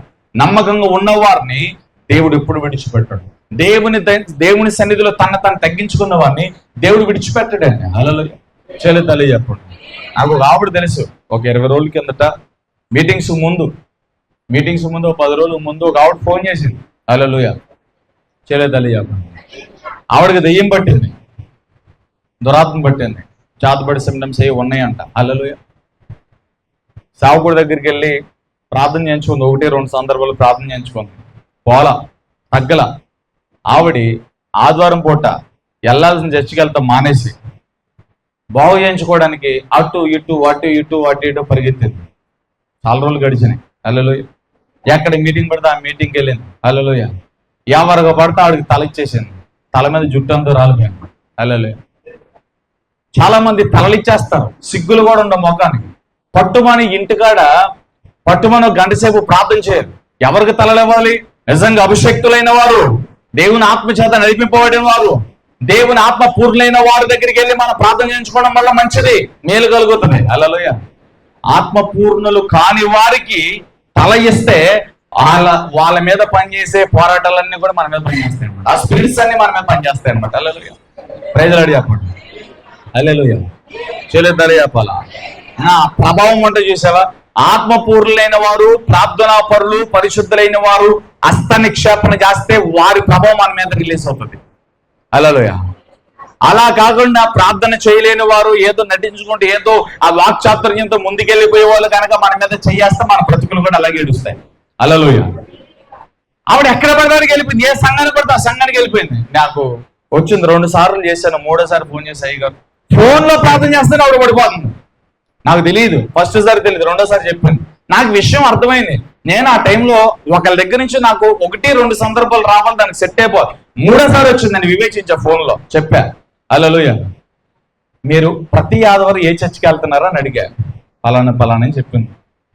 వెళ్తున్నారా ప్రతి ఆదివారం అంటే, అంతకుముందు మా అయ్యగారితో చేర్చుకున్నామండి, పోలేదండి. అందుకనే ఎవరు స్వస్థత వరం కలిగిన వాళ్ళు ఉన్నారో వాళ్ళందరి దగ్గరికి వెళ్తున్నానండి. ఎవరైతే భాషలు మాట్లాడుతున్నారో వాళ్ళందరి దగ్గరికి వెళ్తున్నాను. భాషలు మాట్లాడిన వాళ్ళందరూ కూడా అభిషక్తులని చెప్పి నువ్వు ఎలా ఐడెంటిఫై చేయగలుగుతావు? వాళ్ళ సాక్ష్యం నీకు తెలుసా? హల్లెలూయా. ప్రైజ్ లార్డ్ చెప్పండి. హల్లెలూయా. నేను సింపుల్గా ఒక మాట చెప్పాను, నువ్వు అర్జెంటుగా వెళ్ళిపోయి మీ పాస్టర్ గారి కాళ్ళ మీద పడిపోయి, అయ్యా తప్పైపోయింది, మీతో నేను ప్రార్థన చేయించుకున్నప్పుడు అది పోలేదని చెప్పి కనిపించిన వాడు అందరి దగ్గరికి వెళ్ళి కూడా నెత్తుల మీద చేతులు పెట్టుకుని ఒక పెద్ద కుంభడం తెచ్చుకున్నాను, ఆ శాపం అంతా కాలినట్లుగా ప్రార్థన చేయండి, నా ఇంటికి వచ్చి ఉపవాస ప్రార్థన పెట్టి నా కోసం ప్రార్థన చేయండి, ముందుగా నీ సేవకుడి దగ్గరికి వెళ్ళి సమాధానపడి క్షమాపణ పొంది, హల్లెలూయా, నీ సేవకుని ఇంటికి తీసుకొచ్చి ఉపవాస ప్రార్థన పెట్టించుకుని సేవకుడు మంచి భోజనం పెట్టి కానుక పెట్టి పంపించు, రెండోసారి దెయ్యం నీ దగ్గర ఉంటే నాకు ఫోన్ చేయి, నేను వస్తాను. హల్లెలూయా. యాజ్ ఈజ్ గా చేసిందండి. ఆవిడ విడుదల పొందింది, స్వస్థత పొందింది. హల్లెలూయా. ప్రైజ్ లార్డ్ చెప్పండి. అంటే పెద్ద దైవజనుల దగ్గరికి వెళ్ళటం ప్రయత్నించుకోవడం మంచిది, కానీ అందరి గురించి మాట చెప్తున్నా నేను. ఎవరికి పడితే వాళ్ళకి తలకాయలు ఇచ్చేసి ప్రార్థన చేస్తున్నా వచ్చే చేసేయటం. హల్లెలూయా. Praise lord. దావీదు పక్షంగా లేడు దేవుడు, ఎవరి పక్షంగా ఉన్నాడు? ఉరియా పక్షంగా ఉన్నాడు.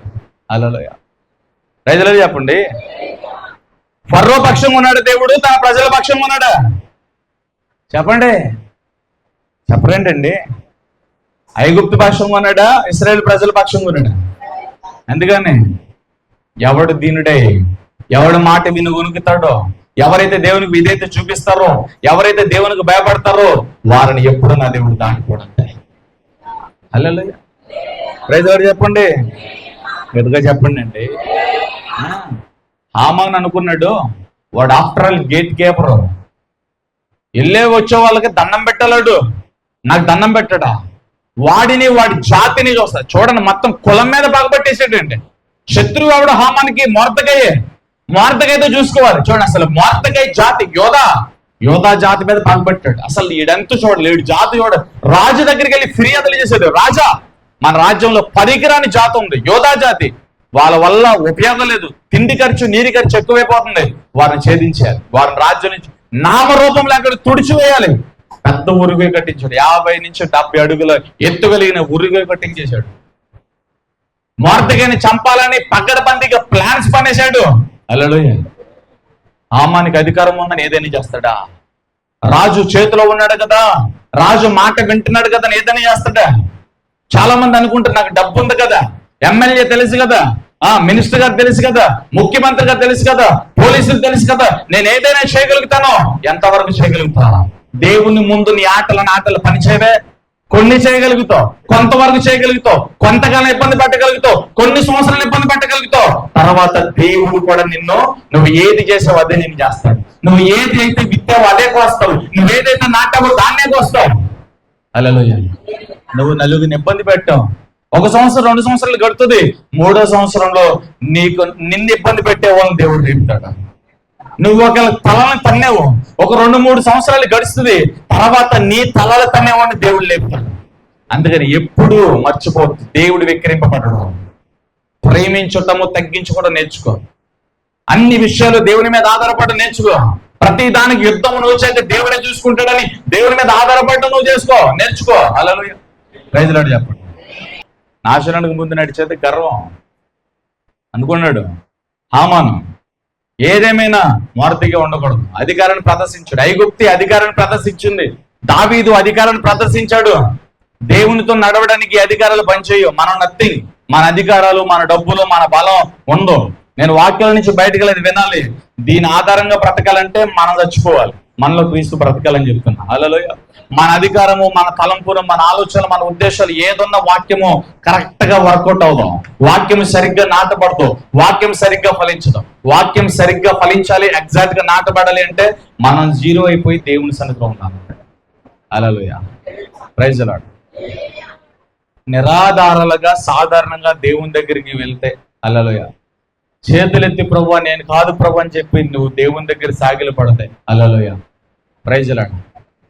దేవుడు నీలో నివసించి నిన్ను అనేక అన్ని జనులకు వెలుగుగా నియమిస్తాడు అంతే. హల్లెలూయా. నాకు అంతా తెలుసు, నాకు వాక్యం బాగా తెలుసు, ప్రార్థన చేయడం తెలుసు, సంఘ క్రమం నడిపించడం తెలుసు, ఆరాధన తెలుసు, పాటలు పాడటం తెలుసు, నాకు అన్ని టాలెంట్స్ ఉన్నాయి, నాకు అన్ని స్కిల్స్ ఉన్నాయని అవన్నీ ఉండటం మంచిదే. అవన్నీ ఉన్నప్పుడు వాటిని నోచుకుంటూ వాటిని గుర్తు చేసుకుంటూ ఏదో గొప్పలంగా ఫీల్ అయిపోతుంది చూసావా, దేవుడు అది చూస్తాడు అనమాట. దేవుడు అది చూస్తాడు. ఎప్పుడైతే అది నీలో దేవునికి కనపడిందో నువ్వు పనికిరావేగా, పనికిరాని తెగవు, పనికిరాని పాత్ర అయిపోతావు. ఏమీ లేనోని దేవుడు ఫ్రెష్గా తీసుకుంటాడు అనమాట, వాని నీ ముందు నిలబెడతాడు అనమాట. హల్లెలూయా, ప్రైజ్ లార్డ్. చెల్లెతల్లి చెప్పండి, వాడిని నీ ముందు నిలబెట్టి నిన్ను సిగ్గుపరుస్తాడు. ఎదురా బాబు నువ్వు ఎలా ఉండు, అప్పుడు తర్వాత నేను నిన్ను నెక్స్ట్ చూస్తాను, నెక్స్ట్ అపాయింట్మెంట్ చేస్తానని చెప్పి దేవుడు మాట్లాడతాను. కాబట్టి అంతదాకా తెచ్చుకోవద్దు. కాబట్టి అహంకారులు ఎదిరించి దేవుడు దీనులకే కృప ఇస్తాడు, అహంకారులు కృప ఇవ్వడు. నాకంతా తెలుసన్న వాళ్ళకి ఏమోడు. హల్లెలూయా. హామాను అలాగే అనుకున్నాడు, రాజుకి నేను చాలా ప్రేమికుణ్ణి, నన్ను చాలా బాగా ప్రేమిస్తాడు, రాజ్యములో రాజు గౌరవించే వ్యక్తులు నేను మొదటి వాడిని. హామానికి అహంకారం ఉంది, ధీమా ఉంది. హల్లెలూయా. రాజు నా మాట వింటాడని మొర్దెకైని యోధా జాతి అంతటిని కూడా నాశనం చేయాలని కంకణం కట్టుకున్నాడు. హల్లెలూయా. ఏమైంది సార్? ఎవరి రాజ్యం, ఎవరి అధికారం? హల్లెలూయా, ప్రైజ్ లార్డ్. దేవుని అధికారమే పనిచేస్తుంది కదా అక్కడ. మొర్దెకైని ఎలాగైతే చేయాలనుకున్నాడో అలాగే హామాను చేపట్టాడు. అంటే ఏది విత్తాడో దాన్నే కోసాడు. హల్లెలూయా. రాజు నగర్లో రాజు తర్వాత గౌరవించబడాల్సిన వ్యక్తి నేనే, నన్నే ఊరంతా ఊరేగించి రాజు చేత పొగడబడే గొప్ప చేయబడే వ్యక్తి అని చెప్పి చాటింపులు నా కోసమే అని చెప్పి రాజు గుర్రం మీద తెప్పాలి, రాజు వస్త్రాలు వేయి, రాజు కిరీటాలు పెట్టాలి. హల్లెలూయా. తన కోసమే అనుకున్నాడు. దేవుడు ఏం చేశాడు చెప్పండి? ఎక్కడ తీసుకెళ్ళాడు? గేటుకి ఎప్పుడుకున్న హామానికి ఇవన్నీ మొర్దెకైకి ఇవన్నీ నువ్వు చెయ్యి, నువ్వు చెప్పిన లేవోటి తక్కువ కాబట్టి ప్లేట్ తిప్పేసాడు. హల్లెలూయా. అంటే మన విరోధిని, మన శత్రువుని ఎంత మాట్లాడాలో అంత మాట్లాడిస్తాడు, వాళ్ళు ఎంత చెయ్యాలో అంత చేయనిస్తాడు. వాళ్ళు మాట్లాడుతూ ఉండగా దేవుడు చూడట్లేదు అనుకున్నా. కొన్ని సందర్భం అన్న వాళ్ళు చాలా దారుణంగా మాట్లాడుతున్నారన్న, చాలా ఇబ్బంది పెడుతున్నారు, చాలా ఇప్పటికే నష్టపోయానన్న. వెయిట్, దేవుడు చూస్తున్నాడు. నువ్వు నేనేం చేస్తాం? దేవుడు చూస్తున్నాడు. ప్రార్థన చేద్దాం. ఒక సమయం రాబోతూ ఉంది, వారు దవడ ఎముకలు విరగొట్టి నీకు దేవుడు జయిస్తాడు. హల్లెలూయా. చెల్లెతలే చెప్పండి, మన శత్రువులతో యుద్ధం మనం చేసి గెలవలే, మన దేవుడు చేసి మనకు విజయం ఇస్తాడంటే కొద్దిగా ఓర్చుకుందాం. కోపాలు వస్తాయి, కొన్ని సందర్భాల్లో మాటలు వస్తాయి, కావాలని కాకపోయినా ఆ బాధ అలా ఉంటుంది, ఆ పెయిన్ అలా ఉంటుంది, ఆ భావోద్రేవాలు అలా ఉంటాయి.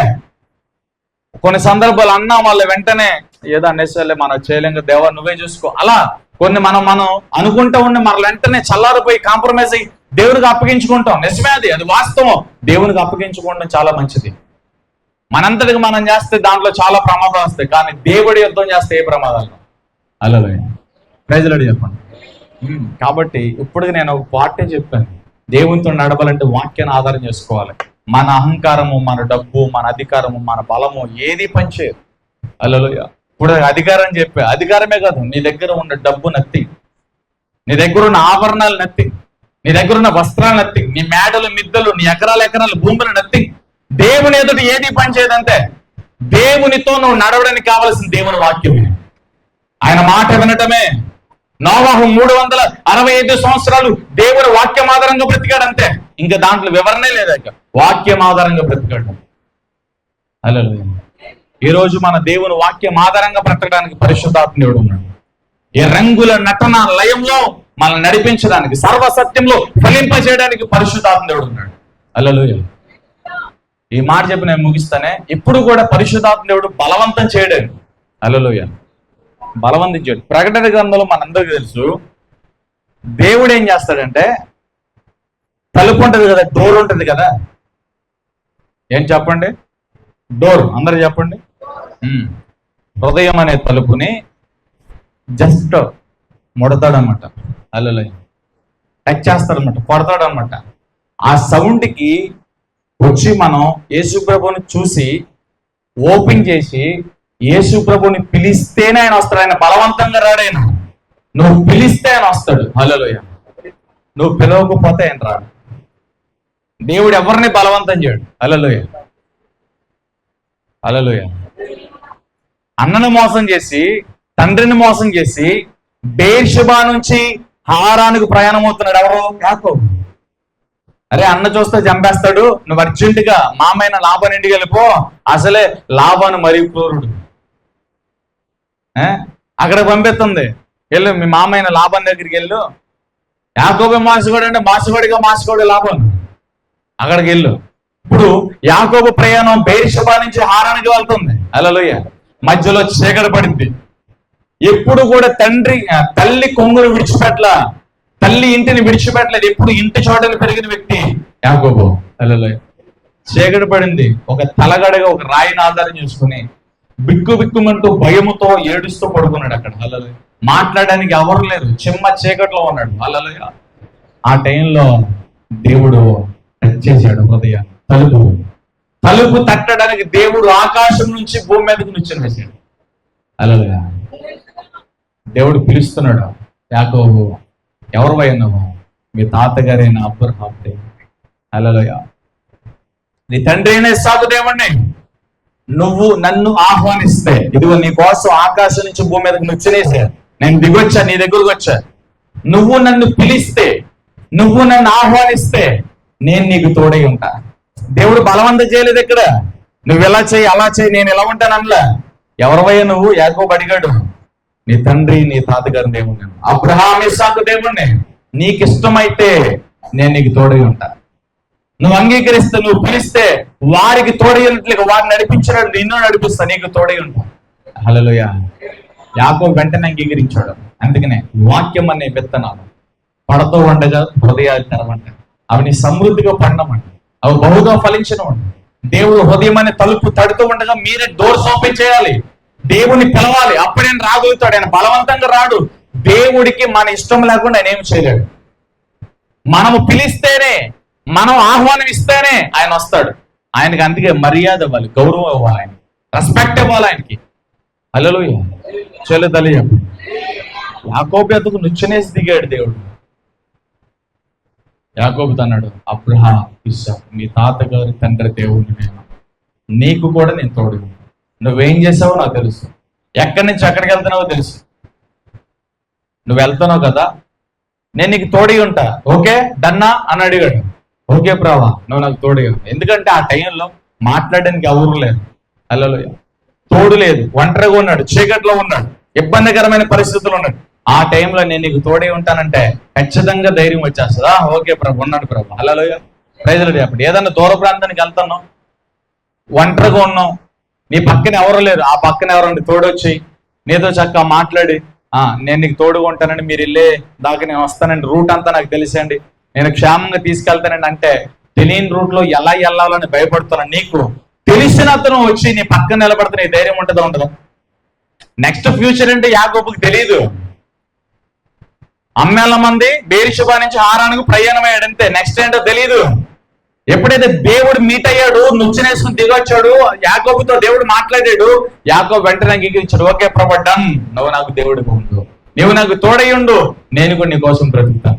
ఎప్పుడైతే ఈ యొక్క తీర్మానము, ఈ కమిట్మెంట్ దేవునికి యాకోబుకి మధ్య ఈ ఒప్పందం జరిగిందో, హల్లెలూయా, ఈ నిబంధన జరిగిందో, దేవుడు వెంటనే కొన్ని వాగ్దానాలు ఇచ్చేసాడు. ఇదిగో నువ్వు వెళ్తున్నావు కదా, వచ్చేటప్పుడు మరలా నేను దీవిస్తాను. ఒంటరిగా వెళ్తాను, వచ్చేటప్పుడు ఒంటరిగా రావన్నాడు.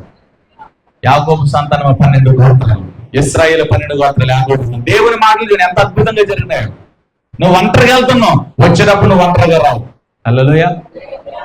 ఒట్టి చేతులు వెళ్తున్నావు, వచ్చేటప్పుడు ఆశీర్వాదంతో, మంచి ధనముతో, గొప్ప మందతో, సిరి సంపదలతో నువ్వు వస్తావు. ఏ తండ్రి ఇంటి నుంచి పారిపోయామో అదే తండ్రి ఇంటికి, అదే దేశాన్ని మరలా తీసుకొస్తానని చెప్తాడు. నీతో చెప్తాను,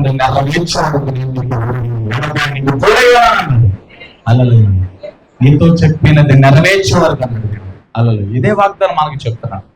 యేసు ప్రభు ఆల్రెడీ చాలా వాగ్దానం మనకి ఇచ్చి, యుగ సమాప్తి వరకు సదాకాలం మీతో ఉంటానని వాగ్దానం చేశాడు. ఆయన ఎప్పుడు సదాకాలం మనతో ఉన్నాడు. హల్లెలూయా. యాకోబుకి దేవుడు తోడే ఉన్నాడు కదా. ఆమె యాకోబుని దేవుడు ఉన్నతంగా నడిపించాడు కదా. తన మామయ్య లాభం దగ్గర మోసపోయాడు, అయినా దేవుడు వదిలిపెట్టల. తన మోసపోయినా తన మామైన లాభానికంటే ఎక్కువగా ఉన్నతంగా యాకోబుని దేవుడు దీవించాడు. అలా తండ్రి ఇంటికి తీసుకొచ్చాడండి. అన్నలో ఉన్న కోపమంతా దేవుడు చంపేశాడంటే. ఎబ్బోకు రేవు యొక్క ప్రార్థన స్థితిగతిని మార్చేసిందంటే. యాకోబు కాస్త ఇశ్రాయేలుగా మారిపోయాడు, దేవుడు పరిశుద్ధునిగా మారిపోయాడండి. ఇశ్రాయేలు పిలవబడిన వాడు. అందుకనే యెషయా గ్రంథం చూస్తే యాకోబు విమోచకుడును సజీవుడును నేనే చెప్తున్నాడు. హల్లెలూయా. పేరు పెట్టి పిలిచిన వాడిని నేనే, నేను యాకోబు దేవుని అంటున్నాడు. హల్లెలూయా. చదవలేదలే చెప్పండి, ఏమన్నాడు యాకోబు దేవుడు? యాకోబు దేవుడు నేనే. యాకోబుని పేరు పెట్టి పిలిచింది నేను, విమోచించింది నేనే. హల్లెలూయా. రక్షించింది నేనే, యాకోబుకి తోడే ఉన్నది నేనే, నీతి కలిగిన దక్షిణాస్తంతో ఆదుకునేది నేనే అంటాడు యాకోబు గురించి. హల్లెలూయా. ఈరోజు అదే దేవుడు మనకు కలిగి. దేవునితో నడవడానికి ప్రయత్నం చేస్తాం. పరిశుద్ధాత్మ దేవుడు ఎప్పుడు కూడా, ఆయన ఎప్పుడు తక్కువ చేయొద్దు. పరిశుద్ధాత్మ దేవుడు ఎప్పుడు శక్తి కలిగిన దేవుడు. ఆయన ఎలాంటి పరిస్థితుల్లో అయినా సరే మనం నడిపించగలిగాడు. హల్లెలూయా. ప్రతి పరిస్థితిలో నడిపించగలిగిన వాడైన, దాటించగలిగిన వాడైన, యేసులో నాటగలిగిన వాడైన, ఏ శ్రమ శోధన మన జీవితానికి వచ్చిన వాటిని ఈజీగా ఎదిరించడానికి, వాటిని ఎదిరించి జయించడానికి గొప్ప కృప ఇవ్వగలిగిన వాడు పరిశుద్ధాత్మ దేవుడు. పరిశుద్ధాత్మ దేవుణ్ణి ఎప్పుడు నిర్లక్ష్యం చేయొద్దే. పరిశుద్ధాత్మని ఎప్పుడు అశ్రద్ధ చేయొద్దే. యేసు ప్రభుని తిరస్కరించి దూషణకరంగా మాట్లాడిన పాప క్షమాపణ ఉంటది, కానీ పరిశుద్ధాత్మ దేవునికి, పరిశుద్ధాత్మ కార్యాలకి వ్యతిరేకంగా మాట్లాడితే ఈ యుగమందు రాహు యుగమందు పాప క్షమాపణ వాళ్ళ దగ్గర పెట్టుకోవాలి కదా మనం. అందుకని ఆత్మని దుఃఖపరచొద్దు, ఆత్మను ఆర్పుకుడి. పౌలు చాలా తాటగా చెప్తూ ఉన్నాడు, దేవుని ఆత్మ మనలో పరితాపం చెందకూడదు. ఆయన మనలో ఆనందించాలి, మనం ఆయనలో ఆనందించాలి. చదువుతాను అల్లెలో చెప్పండి. నోవహు దేవునితో నడిచిన మాట. దావీదు అహంకారాన్ని బట్టి పాపం చేసిన నాతాను ప్రవక్త వచ్చినప్పుడు వెంటనే తన తాను రిలీజ్ అయ్యి తను చేసిన దాన్ని ఒప్పుకుని దేవునితో సమాధానపడి దేవుని ఆత్మతో నడిచిన వాడు. మోర్దెకై దేవుని ఆత్మతో నడిచిన వాడు. హల్లెలూయా. ఎంతమంది వ్యతిరేకతలు ఇచ్చారు. దానియేలు జీవితంలో ఎంతో మంది వ్యతిరేకతలు ఇచ్చారు. 122 మంది అధికారులు వ్యతిరేకంగా లేచారు. రెడ్ హ్యాండెడ్ గా పట్టుకున్న సింహాల గుహలో పడవేసిన దానియేలు దేవుడు దానియేలు పక్షంగా ఉన్నాడే. దానియేలు ఎంత నీతిమంతుడండి. మొదటి దినమనే దానియేలు ప్రార్థన తండ్రి సింహాసనాన్ని తాకలేదు. దేవునితో వచ్చి దానియేలును దేవుని బహుప్రియుడు, మొదటి రోజున నీ ప్రార్థన దేవుని సన్నిధికి చేరింది. హల్లెలూయా.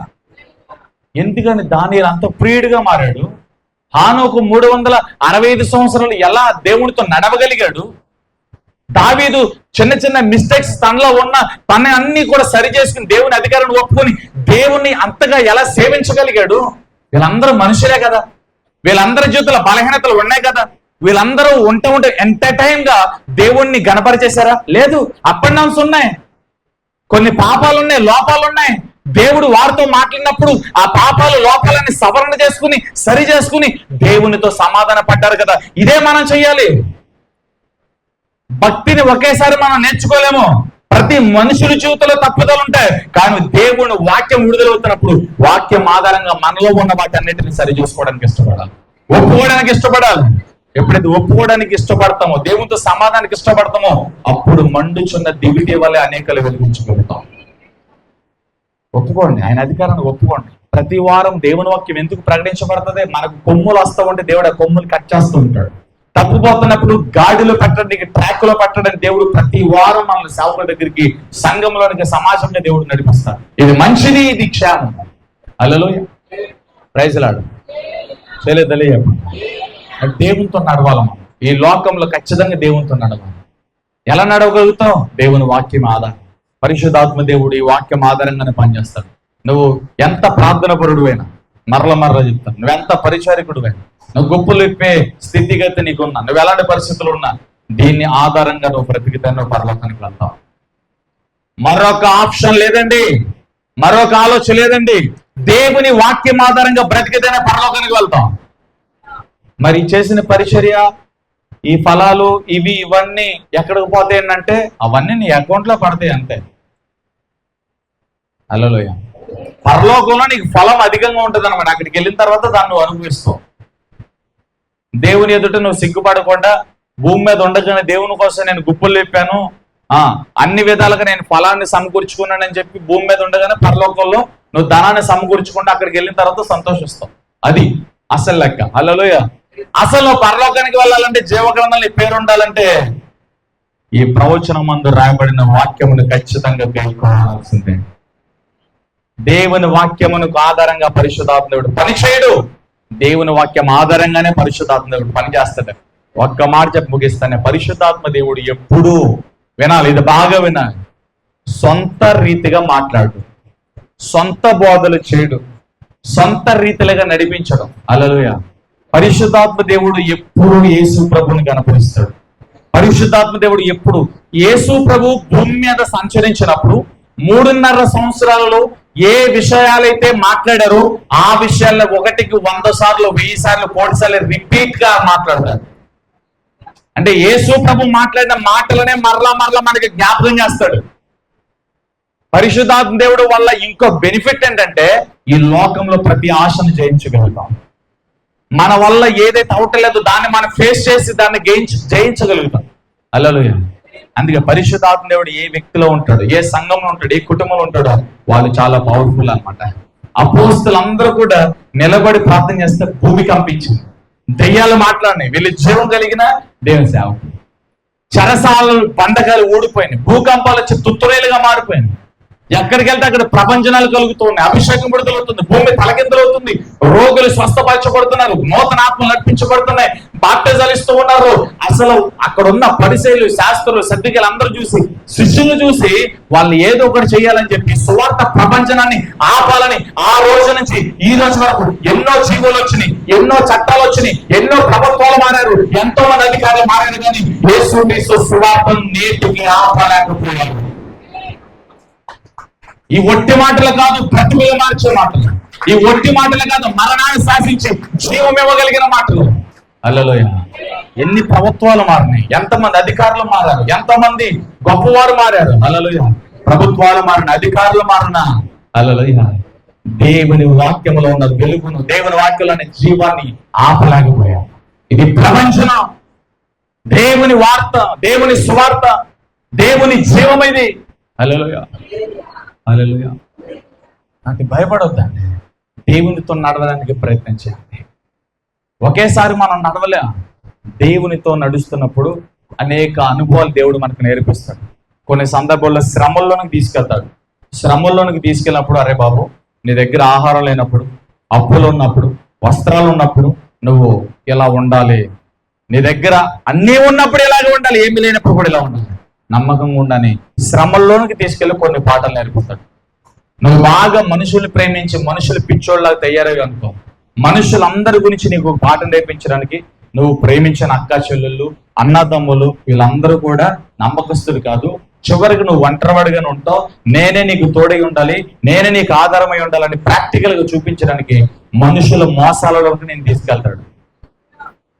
నీ దగ్గర అవసరతలు పొందిన మనుషులందరూ కూడా నువ్వు కష్టాల్లోకి వెళ్ళంగానే బాయ్ చెప్పేసి వెళ్ళిపోతారు. అప్పుడు తెలుసుకుంటాను, ఓహో, నా దగ్గర అన్ని ఉన్నప్పుడు అందరూ నా దగ్గర ఉన్నారు, అన్ని పోయిన తర్వాత అందరూ బాయ్ చెప్పి వెళ్ళిపోయారు, అయితే నేను నిరాధార స్థితిలో ఉన్నప్పుడు ఆధారంగా. ఈ పాట నువ్వు నేర్చుకోవడానికి దేవుడు నిన్ను ఒంటరితనంలోకి తీసుకెళ్తాడు, శ్రమలోని తీసుకెళ్తాడు, ఆకలి దప్పులోని తీసుకెళ్తాడు. ఇవన్నీ తీసుకెళ్ళిన తర్వాత ఫైనల్ గా ఎన్నడో చూడని ఆశీర్వాదానికి తీసుకెళ్తాడు. అక్కడ కూడా దేవుడు నేను పరీక్షిస్తాడు. ఎలా ఉన్నావు? ఇప్పుడు డబ్బు గట్లు వచ్చినాయి, అన్ని వచ్చినాయి, అన్ని ఆశీర్వాదాలు వచ్చినాయి, పరవండాలు తింటున్నావు, పంచ పరవండాలు తింటున్నావు. ఇప్పుడు దేవుని ఎందుకు ఆనందిస్తున్నావా, లేకపోతే ఏదైనా కొమ్ములు వచ్చినాయా? శ్రమలో ఉన్నప్పుడు దేవా దేవా దేవా దేవా అని 1కి 100 మార్లు గోజాడి స్తుతించి ప్రార్థించు కదా. కలిమిలో ఇప్పుడు లేమిలో ఇప్పుడు కలిమి వచ్చిన తర్వాత, ఆస్తుపాస్తులు వచ్చిన తర్వాత, దేవుడు మనల్ని దీవించిన తర్వాత, ఒక ఉన్నత స్థితి వచ్చిన తర్వాత ఆ భక్తిని ఈ భక్తిని దేవుడు ఒక త్రాసులోని తీసుకుంటాడు. అంటారా? ప్రాక్టికల్ గా చెప్తున్నా. నీ పరిస్థితి బాగోలేనప్పుడు నీ భక్తి ఎలా ఉందో, అన్ని విధాలుగా దేవుడు దీవించిన తర్వాత నీ భక్తి ఎలా ఉందో, రెండింటిని దేవుడు ఒక త్రాసులోని తీసుకెళ్ళి కాటేస్తాడు. ఒకవేళ శ్రమలు కష్టాలు ఉన్నప్పుడు నీ భక్తి హెచ్చులో ఉండి అన్ని వచ్చిన తర్వాత నీ భక్తి తగ్గిందనుకో, దేవుడు నేను అక్కడ సవరణ చేయడానికి మరలా నేను అక్కడ ఇంకో వేలో నడిపిస్తాడు. ఎందుకు ఇలా సవరణ చేయడానికి ఎందుకు నేను రుద్దుతున్నాడంటే, నువ్వు పొదనెక్కాలి, నువ్వు మండాలి, నువ్వు వెలగాలి, నువ్వు దీవించబడాలి, నువ్వు దేవుని రాజ్యంలో ఉండాలంటే. ఏ విధమ్మ చేతనైనా ఆ మహోన్నతుడైన దేవుని ఎదుట నువ్వు నిలబడాలంటే నమ్మకస్తులుగా నిలబడాలి, ధైర్యంగా నిలబడాలి, శక్తిమంతులుగా నిలబడాలి. అందుకే దేవుడు మనం చెప్పండి, దేవునితో నడవడానికి దేవుని వాక్యమే ఆధారం. కొన్ని రెఫరెన్స్ ఇస్తాను, తొందరగా రాసుకోండి. నిర్గమాకాండం 3వ అధ్యాయము 10, 11, 12 వచనాలు పెడతాం. దేవుని వాక్యం ఆధారంగా నడిస్తే దేవుడు మన జీవితంలో ఆయన కలిగి ఉన్న ప్రణాళికను నెరవేర్చగలుగుతాడు. సమయం లేదు, త్వరగా ముగిస్తాను, రాసుకోండి. ఎంతమంది నా జీవితంలో దేవుని ప్రణాళిక నెరవేర్చబడాలని కోరుకుంటున్నారు? చేతులంతా అన్నా, ఖచ్చితంగా దేవుని ప్రణాళిక నా జీవితంలో నెరవేర్చబడాలి. హల్లెలూయా. దేవుని ప్రణాళిక అందరి జీవితంలో నెరవేర్చబడాలి అంటే మీరు ఇంటికి వెళ్తారు, ఈ వచనాలు చదువుకుని ప్రార్థన చేయండి. దేవుని వాక్యం ఆధారంగా ఎవరైతే బతుకుతారో, దేవునికి ఎవరైతే భయపడతారో, దేవుని అధికారానికి ఎవరి ప్రవర్తనకి తప్పించుకుంటారో వారి జీవితంలో దేవుడు తన ప్రణాళిక నెరవేరుస్తాడు. హల్లెలూయా. తర్వాత ఇర్మియా గ్రంథం 29వ అధ్యాయం 11వ వచనంలో దేవుడు మన జీవితంలో ఏ ఉద్దేశం అయితే కలిగి ఉన్నాడో ఆ ఉద్దేశం దేవుడు నెరవేర్చాలి. హల్లెలూయా. దేవుని ప్రణాళిక నెరవేర్చు. ప్రణాళిక వేరు, ఉద్దేశం వేరు. మాటలు ఒకే రంగు ఉండించుకొని భావాలు మారిపోతాయి. హల్లెలూయా. ప్రణాళిక వేరు, ఉద్దేశాలు వేరు. చాలా మంది జీవితంలో ప్రణాళికలు ఉంటాయి, అంటే ఉద్దేశాలు వేరుగా ఉంటాయి. హల్లెలూయా. ఇప్పుడు దేవుని ప్రణాళిక ఏంటి చెప్పండి? అందరూ వాడబడాలి, అందరూ దీవించబడాలి. ఇది ప్రణాళిక. ఉద్దేశం అంటే రూట్ సపరేట్స్ అయిపోతాయి. నిన్ను ఒకలా దీవించాడు, నిన్ను ఒకలా దీవిస్తాడు, నిన్ను ఒకలా వాడుకుంటాడు, నిన్ను ఒకలా. ఉద్దేశం అంటే ఇతన్ని అపోస్తలుగా వాడుకుంటా, ఇతన్ని ప్రవక్తగా వాడుకుంటా, ఇతన్ని ఎవాంజలికల్ గా వాడుకుంటా, ఇతన్ని ఆరాధకుడిగా వాడుకుంటా, ఇతన్ని సంఘ కాపరిగా వాడు. ఇవి ఉద్దేశాలు. అదేనా ఉద్దేశం అంటే? ఇది ప్రణాళిక అంటే దీవించబడ్డం, దేవునితో నడవడం, దేవుని చేతిలో మనం ఫలించడం. ఇది ప్రణాళిక. ప్రణాళికలో ఉద్దేశాలు. దేవుడు అనుకున్న ప్రణాళికలో ఏ ఉద్దేశంలో అయితే నువ్వు ఉన్నావో ఆ ఉద్దేశం నెరవేర్చబడాలంటే వాక్యం ఆధారం చేసుకో. హల్లెలూయా. దేవుని వాక్యం ఆధారం చేసుకోకుండా ఉదయం నుంచి రాత్రి వరకు నువ్వు ఎంత పరిచర్య చేసినా పరిచర్య ఫలాన్ని దేవుడు నీకు ఇస్తాడు. ఎందుకంటే దేవుడు అన్యాస్తుడు కాదు కాబట్టి.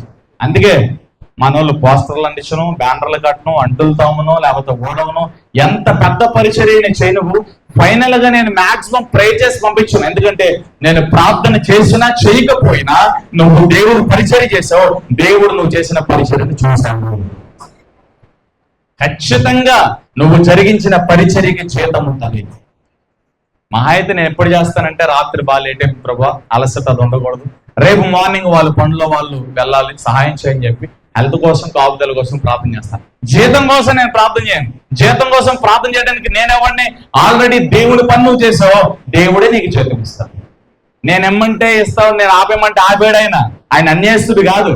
నీ మీద నాకేదో కోపం ఉంది ప్రభా, జాషువా గారిది, అనిల్ గారిది ఆ జీతం ఆపే ప్రభా, నువ్వు నేను ఒక అండర్స్టాండింగ్ వద్దాం ప్రభు అంటే నువ్వు ఆదరా అంటాడు. వాళ్ళు పని చేశారు, పని వాళ్ళకి జీతం ఇవ్వాలి అంతే. నువ్వు చెప్తే నేను అన్న అంటాడు దేవుడు. అందుకే ఇది నాకు తెలుసు. హల్లెలూయా. అందుకే నేను అలా చేయను అనమాట. బాప్టిజం ఇచ్చేటప్పుడు ఒక డబ్బులు కొట్టేసి పాటలు పాడేసి పెద్ద పెద్ద గుంపులు వెళ్ళిపోయి అనేకులకు ఇదిగా కనబడతారు. అడబడి చేసేస్తారు బాప్టిజం కాడు కూడా. ఎందుకు? అపోస్తలులు చేశారా? బాప్టిజానికి ఎవరు ఉండాలి? ఇచ్చేవాడు ఉండాలి, తీసుకునేవాడు ఉండాలి. ఇంకా ఎవరితో పని ఏంటి? తీసుకునేవాడు మారు మనసు పొంది నేను యేసుప్రభుని సొంత రక్షకుడిగా అంగీకరించాను, నా పాప నిమిత్తం యేసుప్రభు శిలువలో మరణించాడని, తిరిగి లేచాడని నేను నమ్ముతున్నాను అనే చక్కని సాక్ష్యము తీసుకున్నవాడు ఇస్తే, ఇచ్చే పాస్టర్ గారు ఇస్తే చాలు. వీళ్ళిద్దరు చాలు బాప్టిజానికి.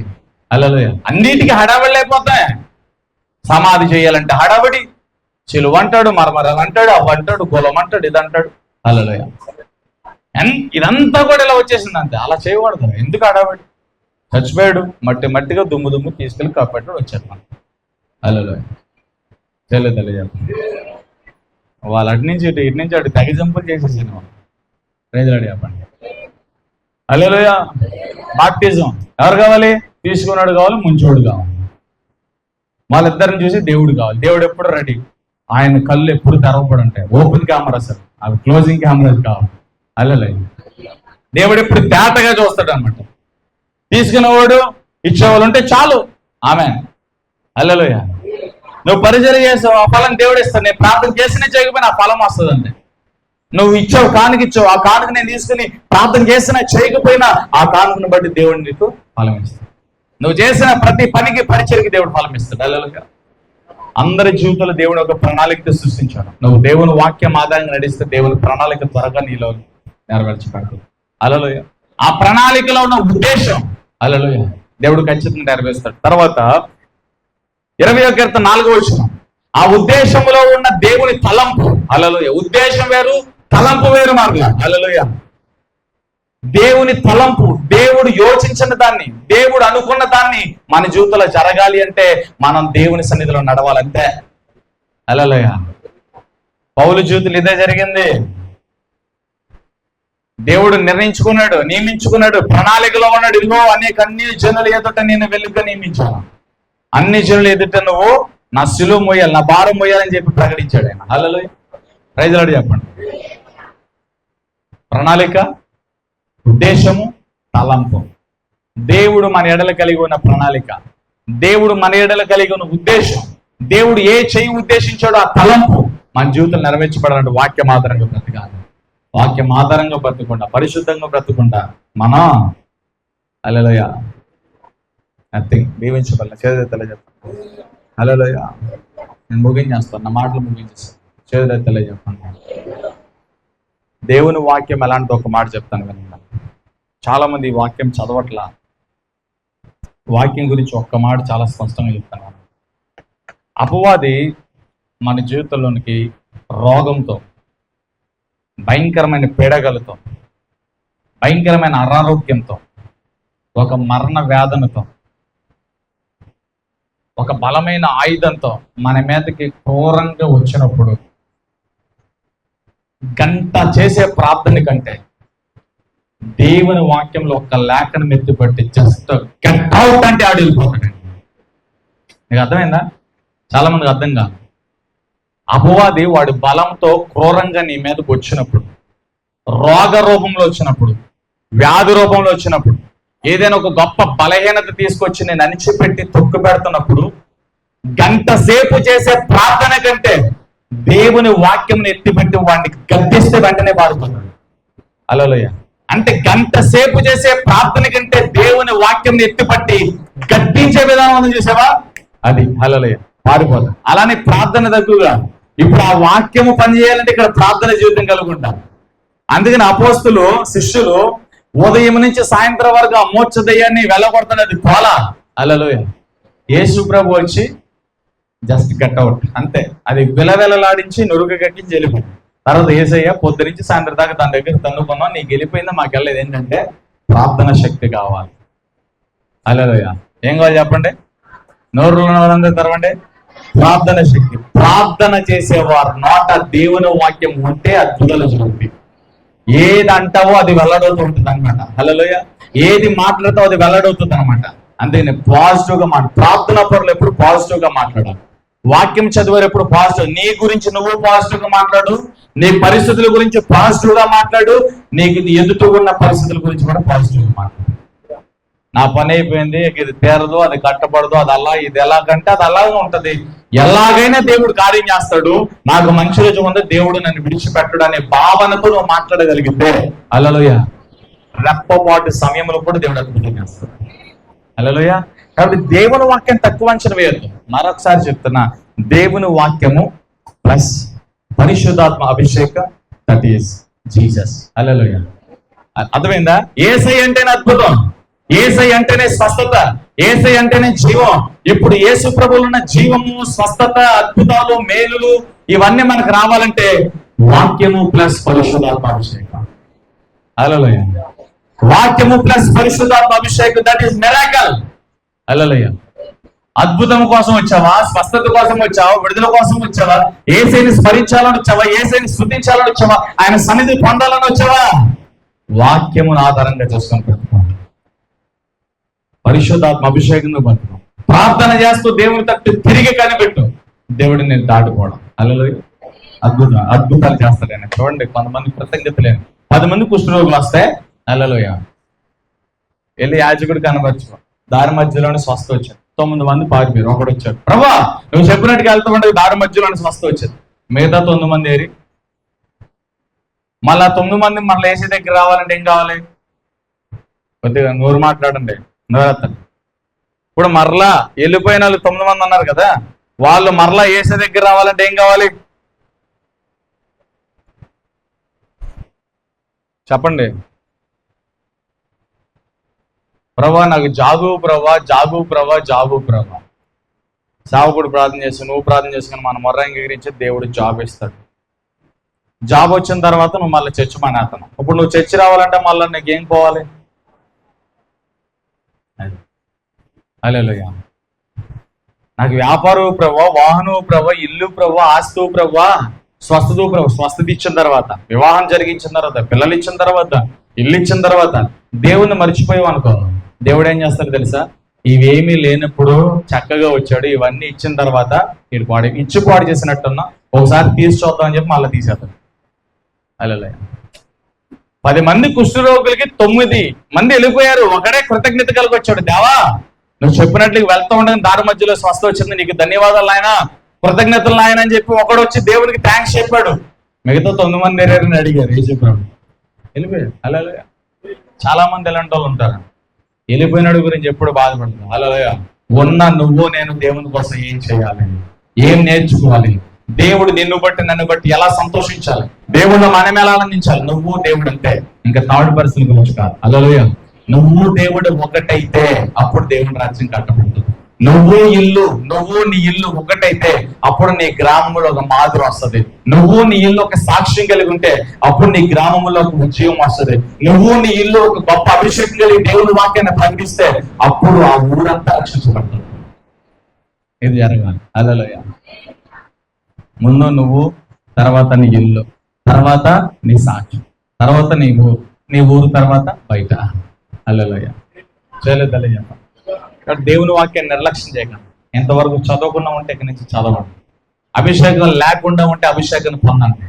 దేవుని వాక్యము, దేవుని అభిషేకము, ప్రార్థన జీవితం, ఇవే మనల్ని నిలబెట్టారు. హల్లెలూయా. ఈ 3 పునాదులు వేసుకోండి ఈరోజు: వాక్య ధ్యానము, అభిషేకము, ప్రార్థన. హల్లెలూయా. చెప్పండి, వాక్య ధ్యానము, అభిషేకము, ప్రార్థన. ఈ 3టిని తక్కువ అంచనా. ప్రార్థన స్థితిగతులు మార్చి పడేస్తుంది. అభిషేకం నీ మీద వచ్చే ప్రతి కాడలు విరగొట్టు పడేస్తుంది. దేవుని వాక్యము, దేవుని నువ్వు ఎంత ప్రేమించాలో, ఎలా సేవించాలో, ఉన్నత స్థితికి నువ్వు ఎలా ఎదగాలో నేర్పించే గొప్ప గ్రంథం దేవుని వాక్యం. హల్లెలూయా. అంటే భయపడద్దు. భయం కలిగినప్పుడు వాక్యం చదువు, ప్రార్థన చేసుకో, అన్య భాషలతో, దేవుని భాషలతో దేవుని స్తుతించు. అన్ని భాషలతో మాట్లాడుతూ ఉండగా ధైర్యం కలుగుతుంది. ప్రార్థన చేస్తూ ఉండగా ధైర్యం కలుగుతుంది. దేవుని వాక్యం చదువుతూ ఉండగా ధైర్యం కలుగుతుంది. దేవుని వాక్యం చదువుతూ ఉండగా ఆ బాధలు చదువుతున్నప్పుడు కొన్ని అనుభవాలు కొంతమందికి వస్తాయి. బాగా దుఃఖంతో చదువుతున్నప్పుడు దేవుడు నీ పక్కనే ఉన్నాడు, దేవుడు సింబాలికల్ గా నిన్ను తాగుతున్నాడు. వాక్యంలో నుండి దేవుని ఆ ప్రెసెన్స్, ఆ సన్నిధి నీళ్ళకి వస్తున్నప్పుడు ఆటోమేటిక్ దేవుని వాక్యం చదువుతున్నప్పుడు కళ్ళంతా ఆటోమేటిక్ నీళ్లు కారిపోతూ ఉంటాయి. దేవుని వాక్యం నువ్వు సోఫా మీద, కుర్చీ మీద, ఎక్కడో కూర్చొని చదువుతావు కదా, అప్పుడు ఆటోమేటిక్ కళ్ళం నీళ్లు కారిపోతూ ఉంటాయి, రోమాలు నెక్కు పొడుచుకుంటూ ఉంటాయి, ఎవరో తలను ఇలా అద్దుతున్నట్లుగా ఉంటాయి, ఎవరో భుజాన్ని తరుతున్నట్లుగా ఉంటాయి. ఈ సింబల్స్ అన్ని కూడా పరిశుద్ధాత్మ దేవుని సన్నిధిలో మనం అనుభవిస్తూ ఉంటాం. నిజంగా వాక్య ధ్యానం చేసేవారికి ఈ సింబల్స్ అన్ని అనుభవిస్తారు. కొంతమంది దేవుడు చెప్తున్నాడు, కొంతమంది ఈ సింబల్స్ అనుభవిస్తున్నారని దేవుడు చెప్తున్నాడు. కొంతమంది కుటుంబాల్లో వాళ్ళ వాక్యం చదువుతున్నట్టు నేను వారితో ఉన్నానని, వారితో మాట్లాడుతూ వాళ్ళని పోషిస్తున్నానని, వాళ్ళని తాగుతున్నానని దేవుడు మాట్లాడుతున్నాడు. ఈ అనుభవాలకి సంఘం అంతా వచ్చును కాదు. అది నిజంగా వాక్యం చదవాలి. ప్రార్థన చేస్తున్నప్పుడు కూడా దేవుడు ఎలాంటి అనుభవిస్తాడు. అన్య భాషలతో మాట్లాడడం డైరెక్ట్ గా దేవుడు అపవాదిని ఎన్కౌంటర్ చేసి పడేస్తాడు. అన్య భాషలు డైరెక్ట్ గా అపవాది మీదకి ఎన్కౌంటర్కి వెళ్ళిపోతాయి. అగ్ని బాణాలన్నీ కూడా ఆర్పేసే శక్తి అన్య భాషలో ఉంటుంది, దేవదూతల భాష. అంటే నీకు నువ్వు ప్రొటెక్షన్ చేసుకోవడానికి. హల్లెలూయా. నీ మీదకి వచ్చే అపవాది యొక్క అగ్ని బాణాలను ఆర్పుటకు అన్య భాషలు చక్కని గిఫ్ట్. ఎందుకంటే 1 గంట సేపు నువ్వు ప్రార్థన చేస్తే వాడు వేయాల్సిన అగ్నిబాణాలు వేసి వెళ్ళిపోతాడు, వాడు చేయాల్సిన నష్టం జరిగి వెళ్ళిపోతాడు. అదే అన్య భాషలతో కనుక నువ్వు మాట్లాడితే 1 గంట ప్రార్థన 2 నిమిషాల్లో ఆయన ముగించేస్తాడు. అంటే 1 గంట సేపు దేవునికి మనం ఏం మొదలు పెట్టాలో అది, ఆ సబ్జెక్ట్ అంతా, ఆ వివరణ అంతా అన్య భాషల రూపంలో పరిశుద్ధాత్మ దేవుడు తండ్రి వద్దకు తీసుకెళ్లాల్సిన మెసేజ్ తీసుకెళ్ళిపోతాడు. అంటే షార్ట్ కట్ అనమాట. హల్లెలూయా. కాబట్టి అభిషేకం పొందిన వారు ఎంతమందితో ఉన్నారో అంతమంది బండి మీద వెళ్తున్నా, బట్టలు దుక్కుతున్నా, బాత్రూమ్ లో ఉన్నా, ఎక్కడ ఉన్నా దేవుని అన్య భాషలతో ప్రార్థన చేయండి. అవకాశం ఉన్నప్పుడల్లా దేవుని వాక్యం తెరిచి బాగా తేటగా చదవండి. చదివేటప్పుడు బాగా ప్రార్థన చేయండి. దేవా నువ్వు వాక్యమై ఉన్నావు, నాకు అర్థమయ్యే రీతిగా నాతో మాట్లాడు. నేను వాక్యం చదువుతూ ఉండగా నువ్వు నన్ను అభిషేకించు ప్రభు అని చెప్పి నువ్వు ప్రార్థన చేసుకున్న వాక్యం చదివితే వైబ్రేషన్కి దేవుని తీసుకెళ్తాడు. వాక్యం చదువుతూ ఉండగా నీరసాలు కాలిపోతాయి, వాక్యం చదువుతుండగా బలహీనతలు కాలిపోతాయి, వాక్యం చదువుతుండగా గొప్ప అభిషేకంలోకి వెళ్ళిపోతాయి. వాక్యం చదివిన తర్వాత నీకు ఎలా అనిపిస్తుంది తెలుసా? అబ్బా, ఎవరికో ఒకరికి వెళ్ళి యేసయ్య గురించి ప్రకటించాలి. హల్లెలూయా. యేసయ్య గురించి చెప్పాలా? యేసయ్య గురించి మాట్లాడకుండా ఉండాలి. అవసరం ఇంటి పక్కన వాళ్ళతో చెప్తావు, అవసరమైతే తలుపులతో గోడలతో మాట్లాడుతావు. ఇలాంటి అభిషేకంతో వాక్యం చదివితే నువ్వు నోరు కట్టుకుని ఉండలేవు, నోరు తెరిచి దేవుని పక్కన బాగుగా మాట్లాడలేవు. ఈ అనుభవాలకు మనం వెళ్ళాలి. ఇప్పుడు రావటం, కూర్చోవడం, వెళ్ళిపోవడం, అలగటం, సడగటం ఇదేనా? కొత్త విషయం నేర్చుకోవాలి. హల్లెలూయా. కాబట్టి దేవుని వాక్యం తక్కువ అంచనా వేస్తే స్థితిగతిని మార్చేస్తుంది దేవుని వాక్యం. హల్లెలూయా. ఈత ఉంటే అభిషేకంతో ఆగిపో సూర్యుడు, చంద్రుడు ఆగిపోయాడు గిబియా. హల్లెలూయా. సూర్యచంద్రులు ఆగిపోయాడు. హల్లెలూయా. ఏలియా చేతులెత్తి రావాలి అగ్ని, దెబ్బను దిగొచ్చేసింది. హల్లెలూయా. యోర్దాను ముందెళ్ళి దుప్పటి కొట్టగా రెండుగా పాయలైపోయింది, ఎర్ర సముద్రం పాయలైపోయింది. హల్లెలూయా. ఎరికో కోట గోడల ముందు వెళ్ళి నిలబడ్డారంటే దేవుడు స్తుతించారంటే. హల్లెలూయా. 2 తాడు చెట్టుల ఎత్తు కలిగిన ఎలుకో కోట గోడలు కుప్పకూలిపోయినాయి అంతే. ఫర్రో లాంటి వాళ్ళు, హామాన్ లాంటి వాళ్ళు, యెజబెల్ లాంటి వాళ్ళు, ఆహాబు లాంటి వాళ్ళు దేవుని సేవకుల ముందు, ప్రవక్తల ముందు, అభిషేకుల ముందు నిలబడలేకపోయారు. ఈ రోజు నా దేవుడు మనల్ని పట్టుకోండి. అలాగే నన్ను నిలబెట్టడానికి, ఎలుకో లాంటి కోట గోడలు కూల్చడానికి, శరళములు అనే ప్రాంతాలు దేవుని వెలుగు సంపాదించడానికి దేవుని వెలుగు నీ మీదకి వచ్చాము.